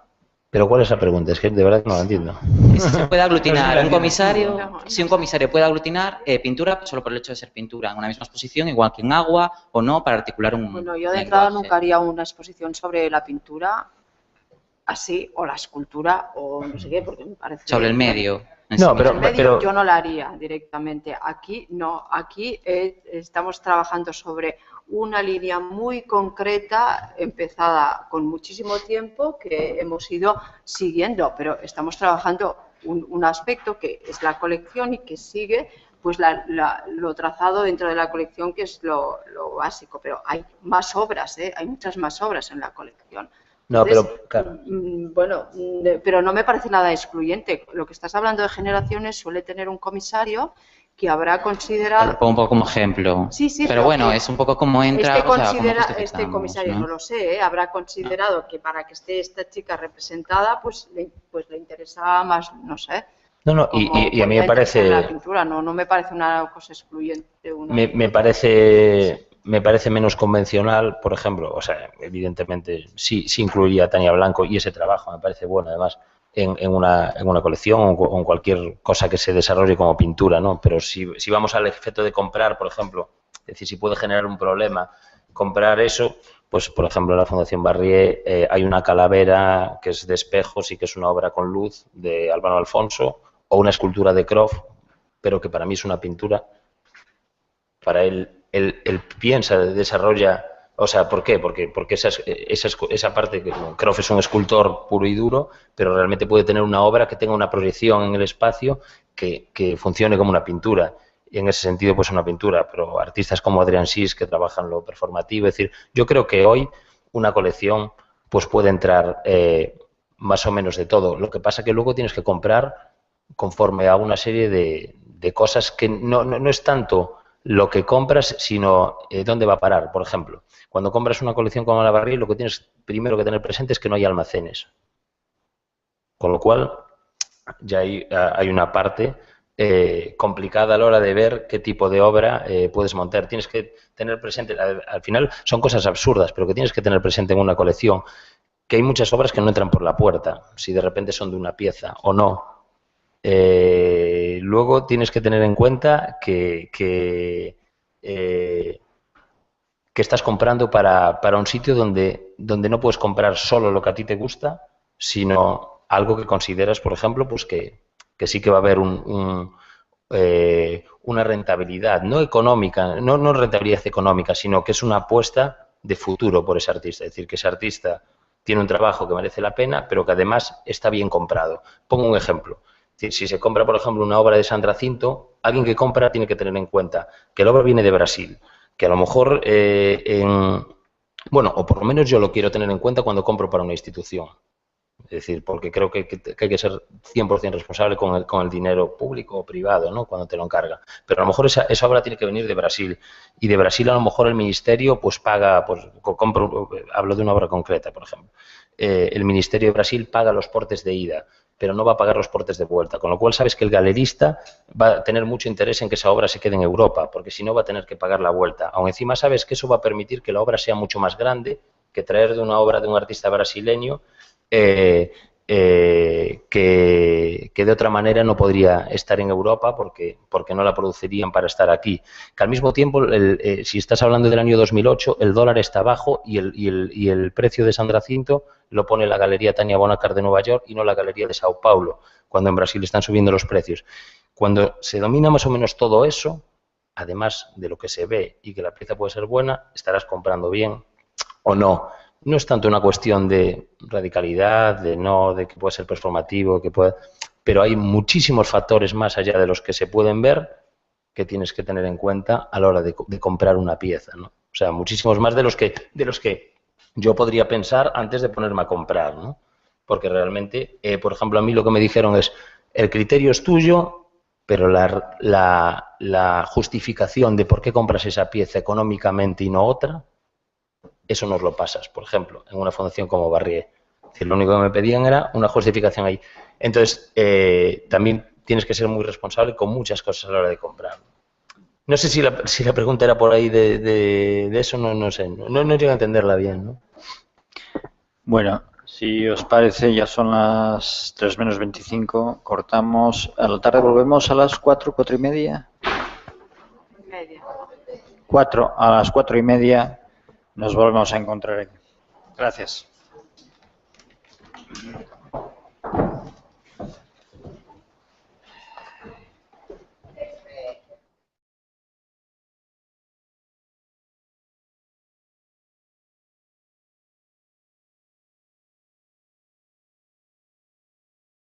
Esta obra como modelo, como referencia, ¿no? Para seguir hablando y cuestionando el hecho pictórico, ¿no? Y luego, pues, Rodchenko, ¿no? Con sus 3 monócromos, ¿no? Amarillo, rojo y azul, de unos años después, de 1921, también lo seguimos teniendo, ¿no? Como total referencia. Pero a mí me gusta más centrarme en algo mucho más reciente, ¿no? Para reflexionar sobre lo que nos está pasando ahora, ¿no? Y me gustaba empezar con alguien. Ayer alguien decía, no sé, no sale Manzoni, ¿no? Pues para mí sí, para mí Piero Manzoni es uno de los grandes nombres. Lamentablemente es un artista que murió con 30 años, ¿no? Que ayer también comentábamos que es como un James Dean, ¿no? del arte. ¿Qué hubiera pasado con Manzoni si hubiera podido seguir trabajando años y años, como si hubiera desarrollado su carrera, ¿no? Entonces, como James Dean, tenemos esta imagen del joven, guapo, dinámico, etcétera, etcétera, y con Manzoni pasa lo mismo, ¿no? El rupturista, el que rompía con todo lo establecido, ¿no? Y no sabemos cómo hubiera evolucionado, pero realmente sus propuestas de finales de los años 50 y de los años 60 para mí son muy, muy significativas de muchas de las cosas que han seguido pasando después, ¿no? El hecho, por ejemplo, de todos sus acromes, ¿no? Todos estos, los primero pintando con kaolín algunos de los objetos, ¿no? Los panecillos, para luego ya utilizar materiales como aquí, ¿no? El blanco del algodón, que ya se convierte, ya lo tiene todo, tiene gesto, tiene color, tiene no color, ¿no? Tiene materialidad, tiene textura, lo tiene todo en el propio material, ¿no? Pero incluso para mí es importante no solo como el pintar, sino en el hecho del dibujar. Todos recordaréis la línea continua, ¿no? Él con la brocha sin moverse y el papel que va rodando y la línea se va construyendo. Es una manera de dibujar para mí extraordinaria, ¿no? Y que ahora, en estos últimos años, que tanto también se está volviendo a todas las cuestiones del dibujo, pues que también me parecía que realmente era modélico, ¿no? en estas rupturas, ¿no? Para mí, yo creo que no nos cansaremos de analizar lo sucedido a finales de los años 60, principios de los 70, porque me sigue pareciendo como modélico en cuanto a lo que es un antes y un después, ¿no? Y cómo todavía seguimos bebiendo de muchas de las fuentes que en ese momento se produjeron, ¿no? Otro acrón para mí maravilloso, ¿no? Que podríamos pensar también en Fontana, ¿no? En el corte de Fontana, en esos momentos también sería otro de los ejemplos que podríamos utilizar aquí. Ese cúter, ¿no? Ya no es un pincel, es un cúter, y como la bidimensionalidad de la pintura acaba ya casi convirtiéndose en escultura, ¿no? Con el simple hecho corte sobre la línea, ¿no? Evidentemente, Klein es una referencia, ¿no? Y ya como anécdota, el otro día iba por Barcelona y en una óptica, en la vitrina de una óptica, veo un personaje y yo digo, me suena. ¿Quién es Klein? O sea, se está utilizando el azul Klein, o sea, para la publicidad de una óptica, ¿no? Yo pensaba, Klein se levantara la cabeza, ¿no? Cómo ha tardado tantos años, ¿no? Para que este azul se convierta en el azul Klein y ya esté en el contexto de la publicidad. Boetti me parece también un nombre muy importante, ¿no? El hecho de la distancia que ya toma con la materialidad de la obra, ¿no? Se va a Afganistán y pide a los tejedores de Afganistán que sean ellos los que le acaben haciendo la obra, le construyan la obra, le realicen la obra, ¿no? Pero fijaros también que ayer había algún momento en que pensaba, a veces quizá estamos centrándonos demasiado en la vida es un poco distinta, ¿no? Pero los resultados acaban siendo muy parecidos. O si no, pensemos, por ejemplo, también en otros artistas como Paolini mismo, ¿no?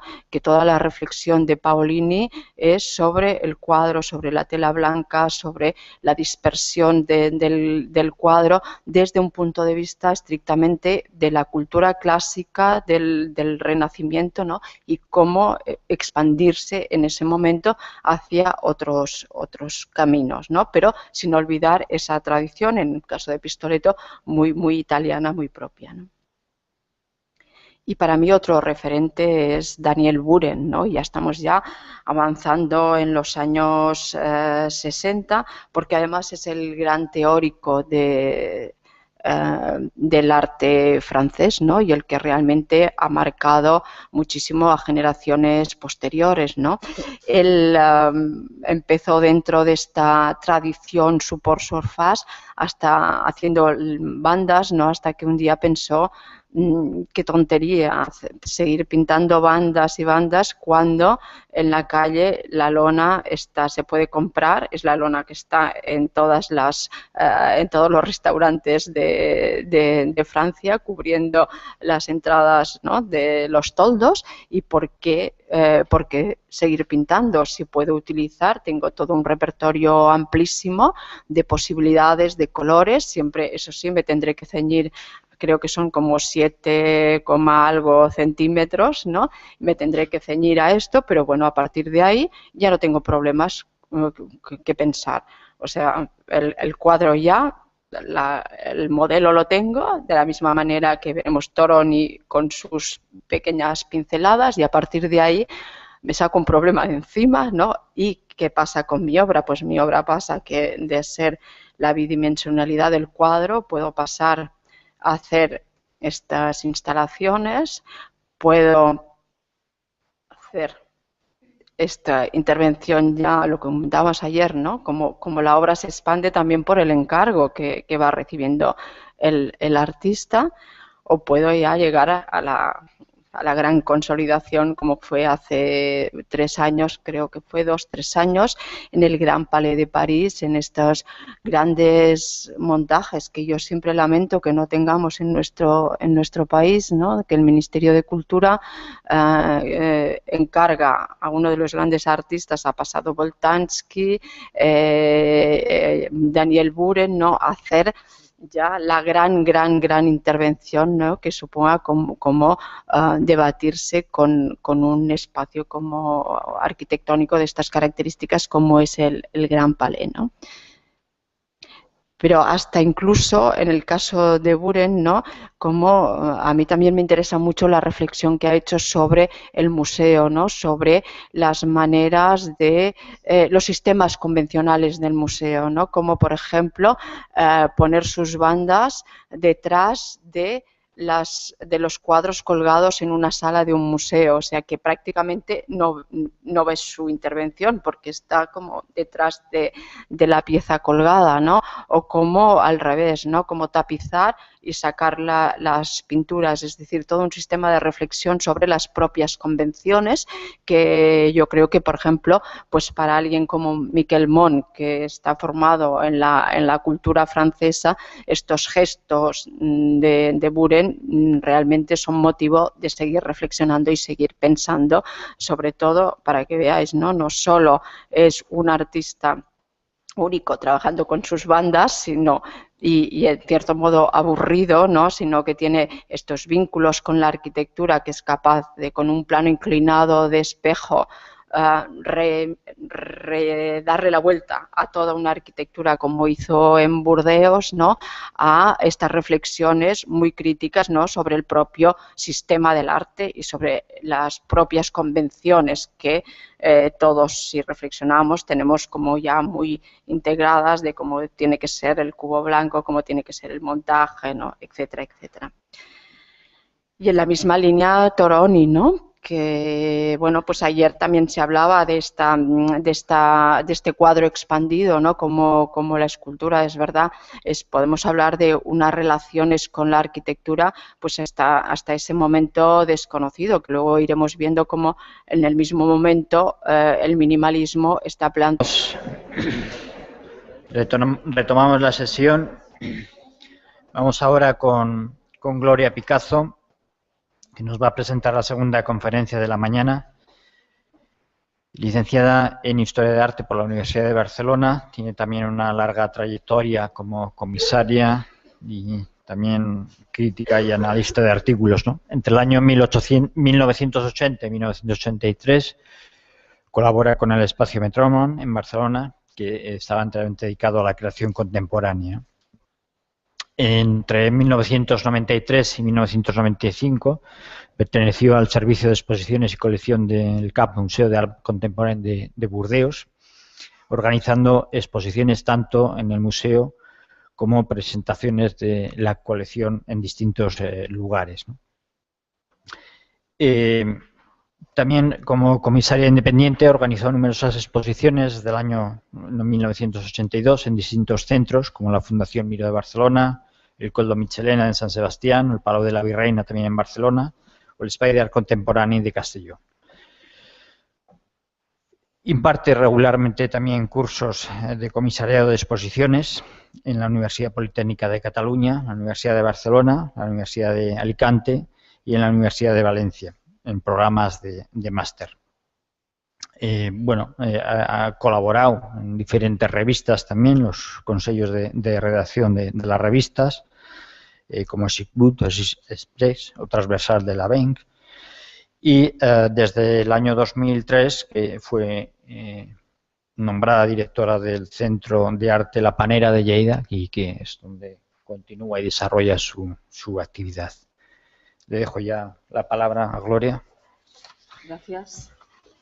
Bueno, muchas gracias a todos. Gracias por invitarme a presentar una parte de mi trabajo actual que bueno, con estos años ha ido cogiendo una cierta entidad.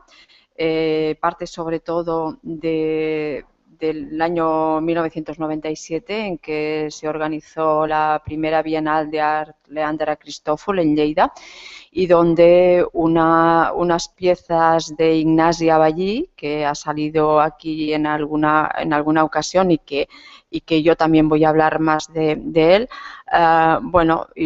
me movieron a llevar toda una reflexión adelante sobre todo porque yo siempre, como crítica de arte y como comisaria, siempre habría llevado la etiqueta de que era una comisaria conceptual, ¿no? Y que no me gustaba la pintura. Entonces la llevé la etiqueta durante muchísimo tiempo, hasta el momento que a partir del 97 con esta primera bienal decidí pues que no, que sí que me interesaba la pintura, y a partir de ahí pues empezamos, como iréis viendo, empezamos a elaborar una línea dentro de la colección y luego 2 exposiciones que están muy relacionadas con este tema y que nos han servido pues también como para no solo partir de Ignacia allí como artista realmente significativo en esta línea, como ya ha citado también David hoy, sino con un artista pues que, como comparto con David, ¿no? Miquel Mont, que es un artista que ha quedado muy, bueno, vive en París, ¿no? Y su actividad se ha desarrollado en los últimos años en París, está muy vinculado con la enseñanza del arte en Francia y que, pues por desgracia, en nuestro país pues, todos lo reivindicamos, pero no acaba de tener la presencia que nos gustaría a todos que tuvieran, ¿no? Y para mí realmente pues ha sido un eje vertebrador de todo este tema, que es pues el pintar sin pintar, ¿no? Como historiadora del arte me gusta mucho siempre echar la vista atrás, ¿no? Y ver por qué estamos aquí en estos momentos, ¿no? Y cómo estamos debatiendo estos temas. Y claro, hoy cuando repasaba mis notas me he dado cuenta que Malevich, el cuadrado negro, ¿no? Rodeado de esta forma blanca, es de 1915, ¿no? Pronto, el año que viene, va a cumplir 100 años, ¿no? Y yo misma, al releer esta mañana las notas, ¿no? Me ha sorprendido muchísimo, es el centenario, ¿no? Y que sigamos utilizando el estudiar la historia del arte solo sobre la historia del arte, sobre lo que los nombres, las obras, lo que va una cosa detrás de la otra, ¿no? Pero no pensamos, por ejemplo, ¿por qué Boetti llegó a hacer esto?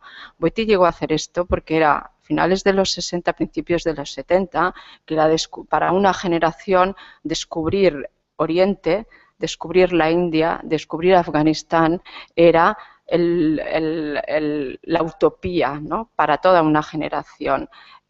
Clemente, por ejemplo, es otro de los artistas italianos. La India para él fue descubrir un mundo nuevo. Afganistán lo mismo, ¿no? Era la meta, Nepal, ¿no? Eran todos los movimientos hippies. Entonces llega a hacer esto no porque estuviera buscando una nueva técnica artística o pictórica, sino porque la propia generación movía a descubrir Oriente, y Oriente como fijación y, bueno, todo lo que supuso la filosofía que rodeaba esta huida hacia lo desconocido, a la utopía y al descubrimiento, ¿no?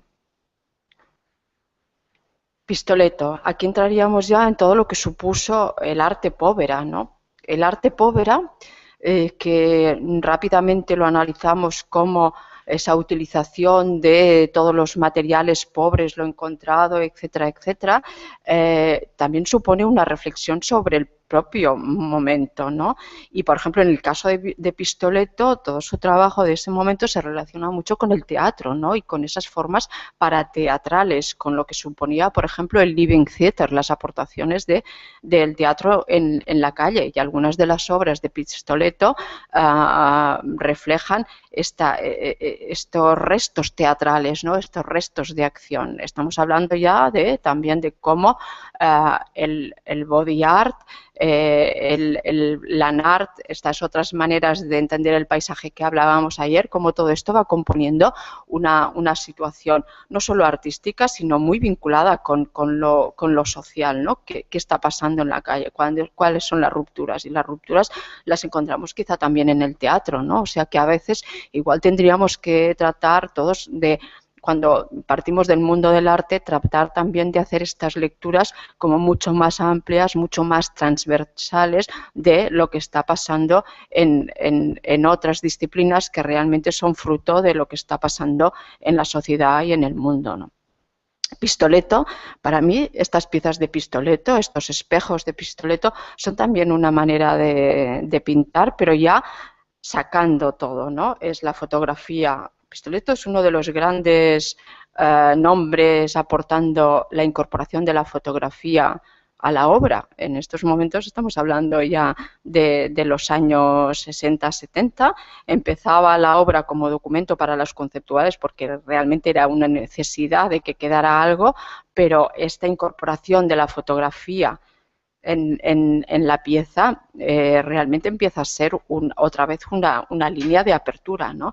Y otro elemento para mí fundamental también es que, claro, al ser una superficie reflejante, el espectador se incorpora, tanto si quiere como si no quiere, a la obra y está dialogando con la obra y se convierte en un elemento activo y participativo, queriendo o sin querer.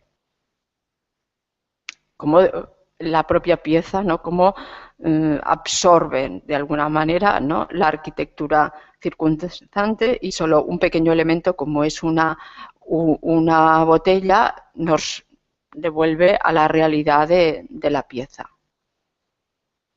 Pero también hay guiños, pensemos que hay guiños a la pintura, hay guiños a la escultura, a cómo romper, a cómo de alguna manera podríamos decirlo simplemente como matar al padre, ¿no?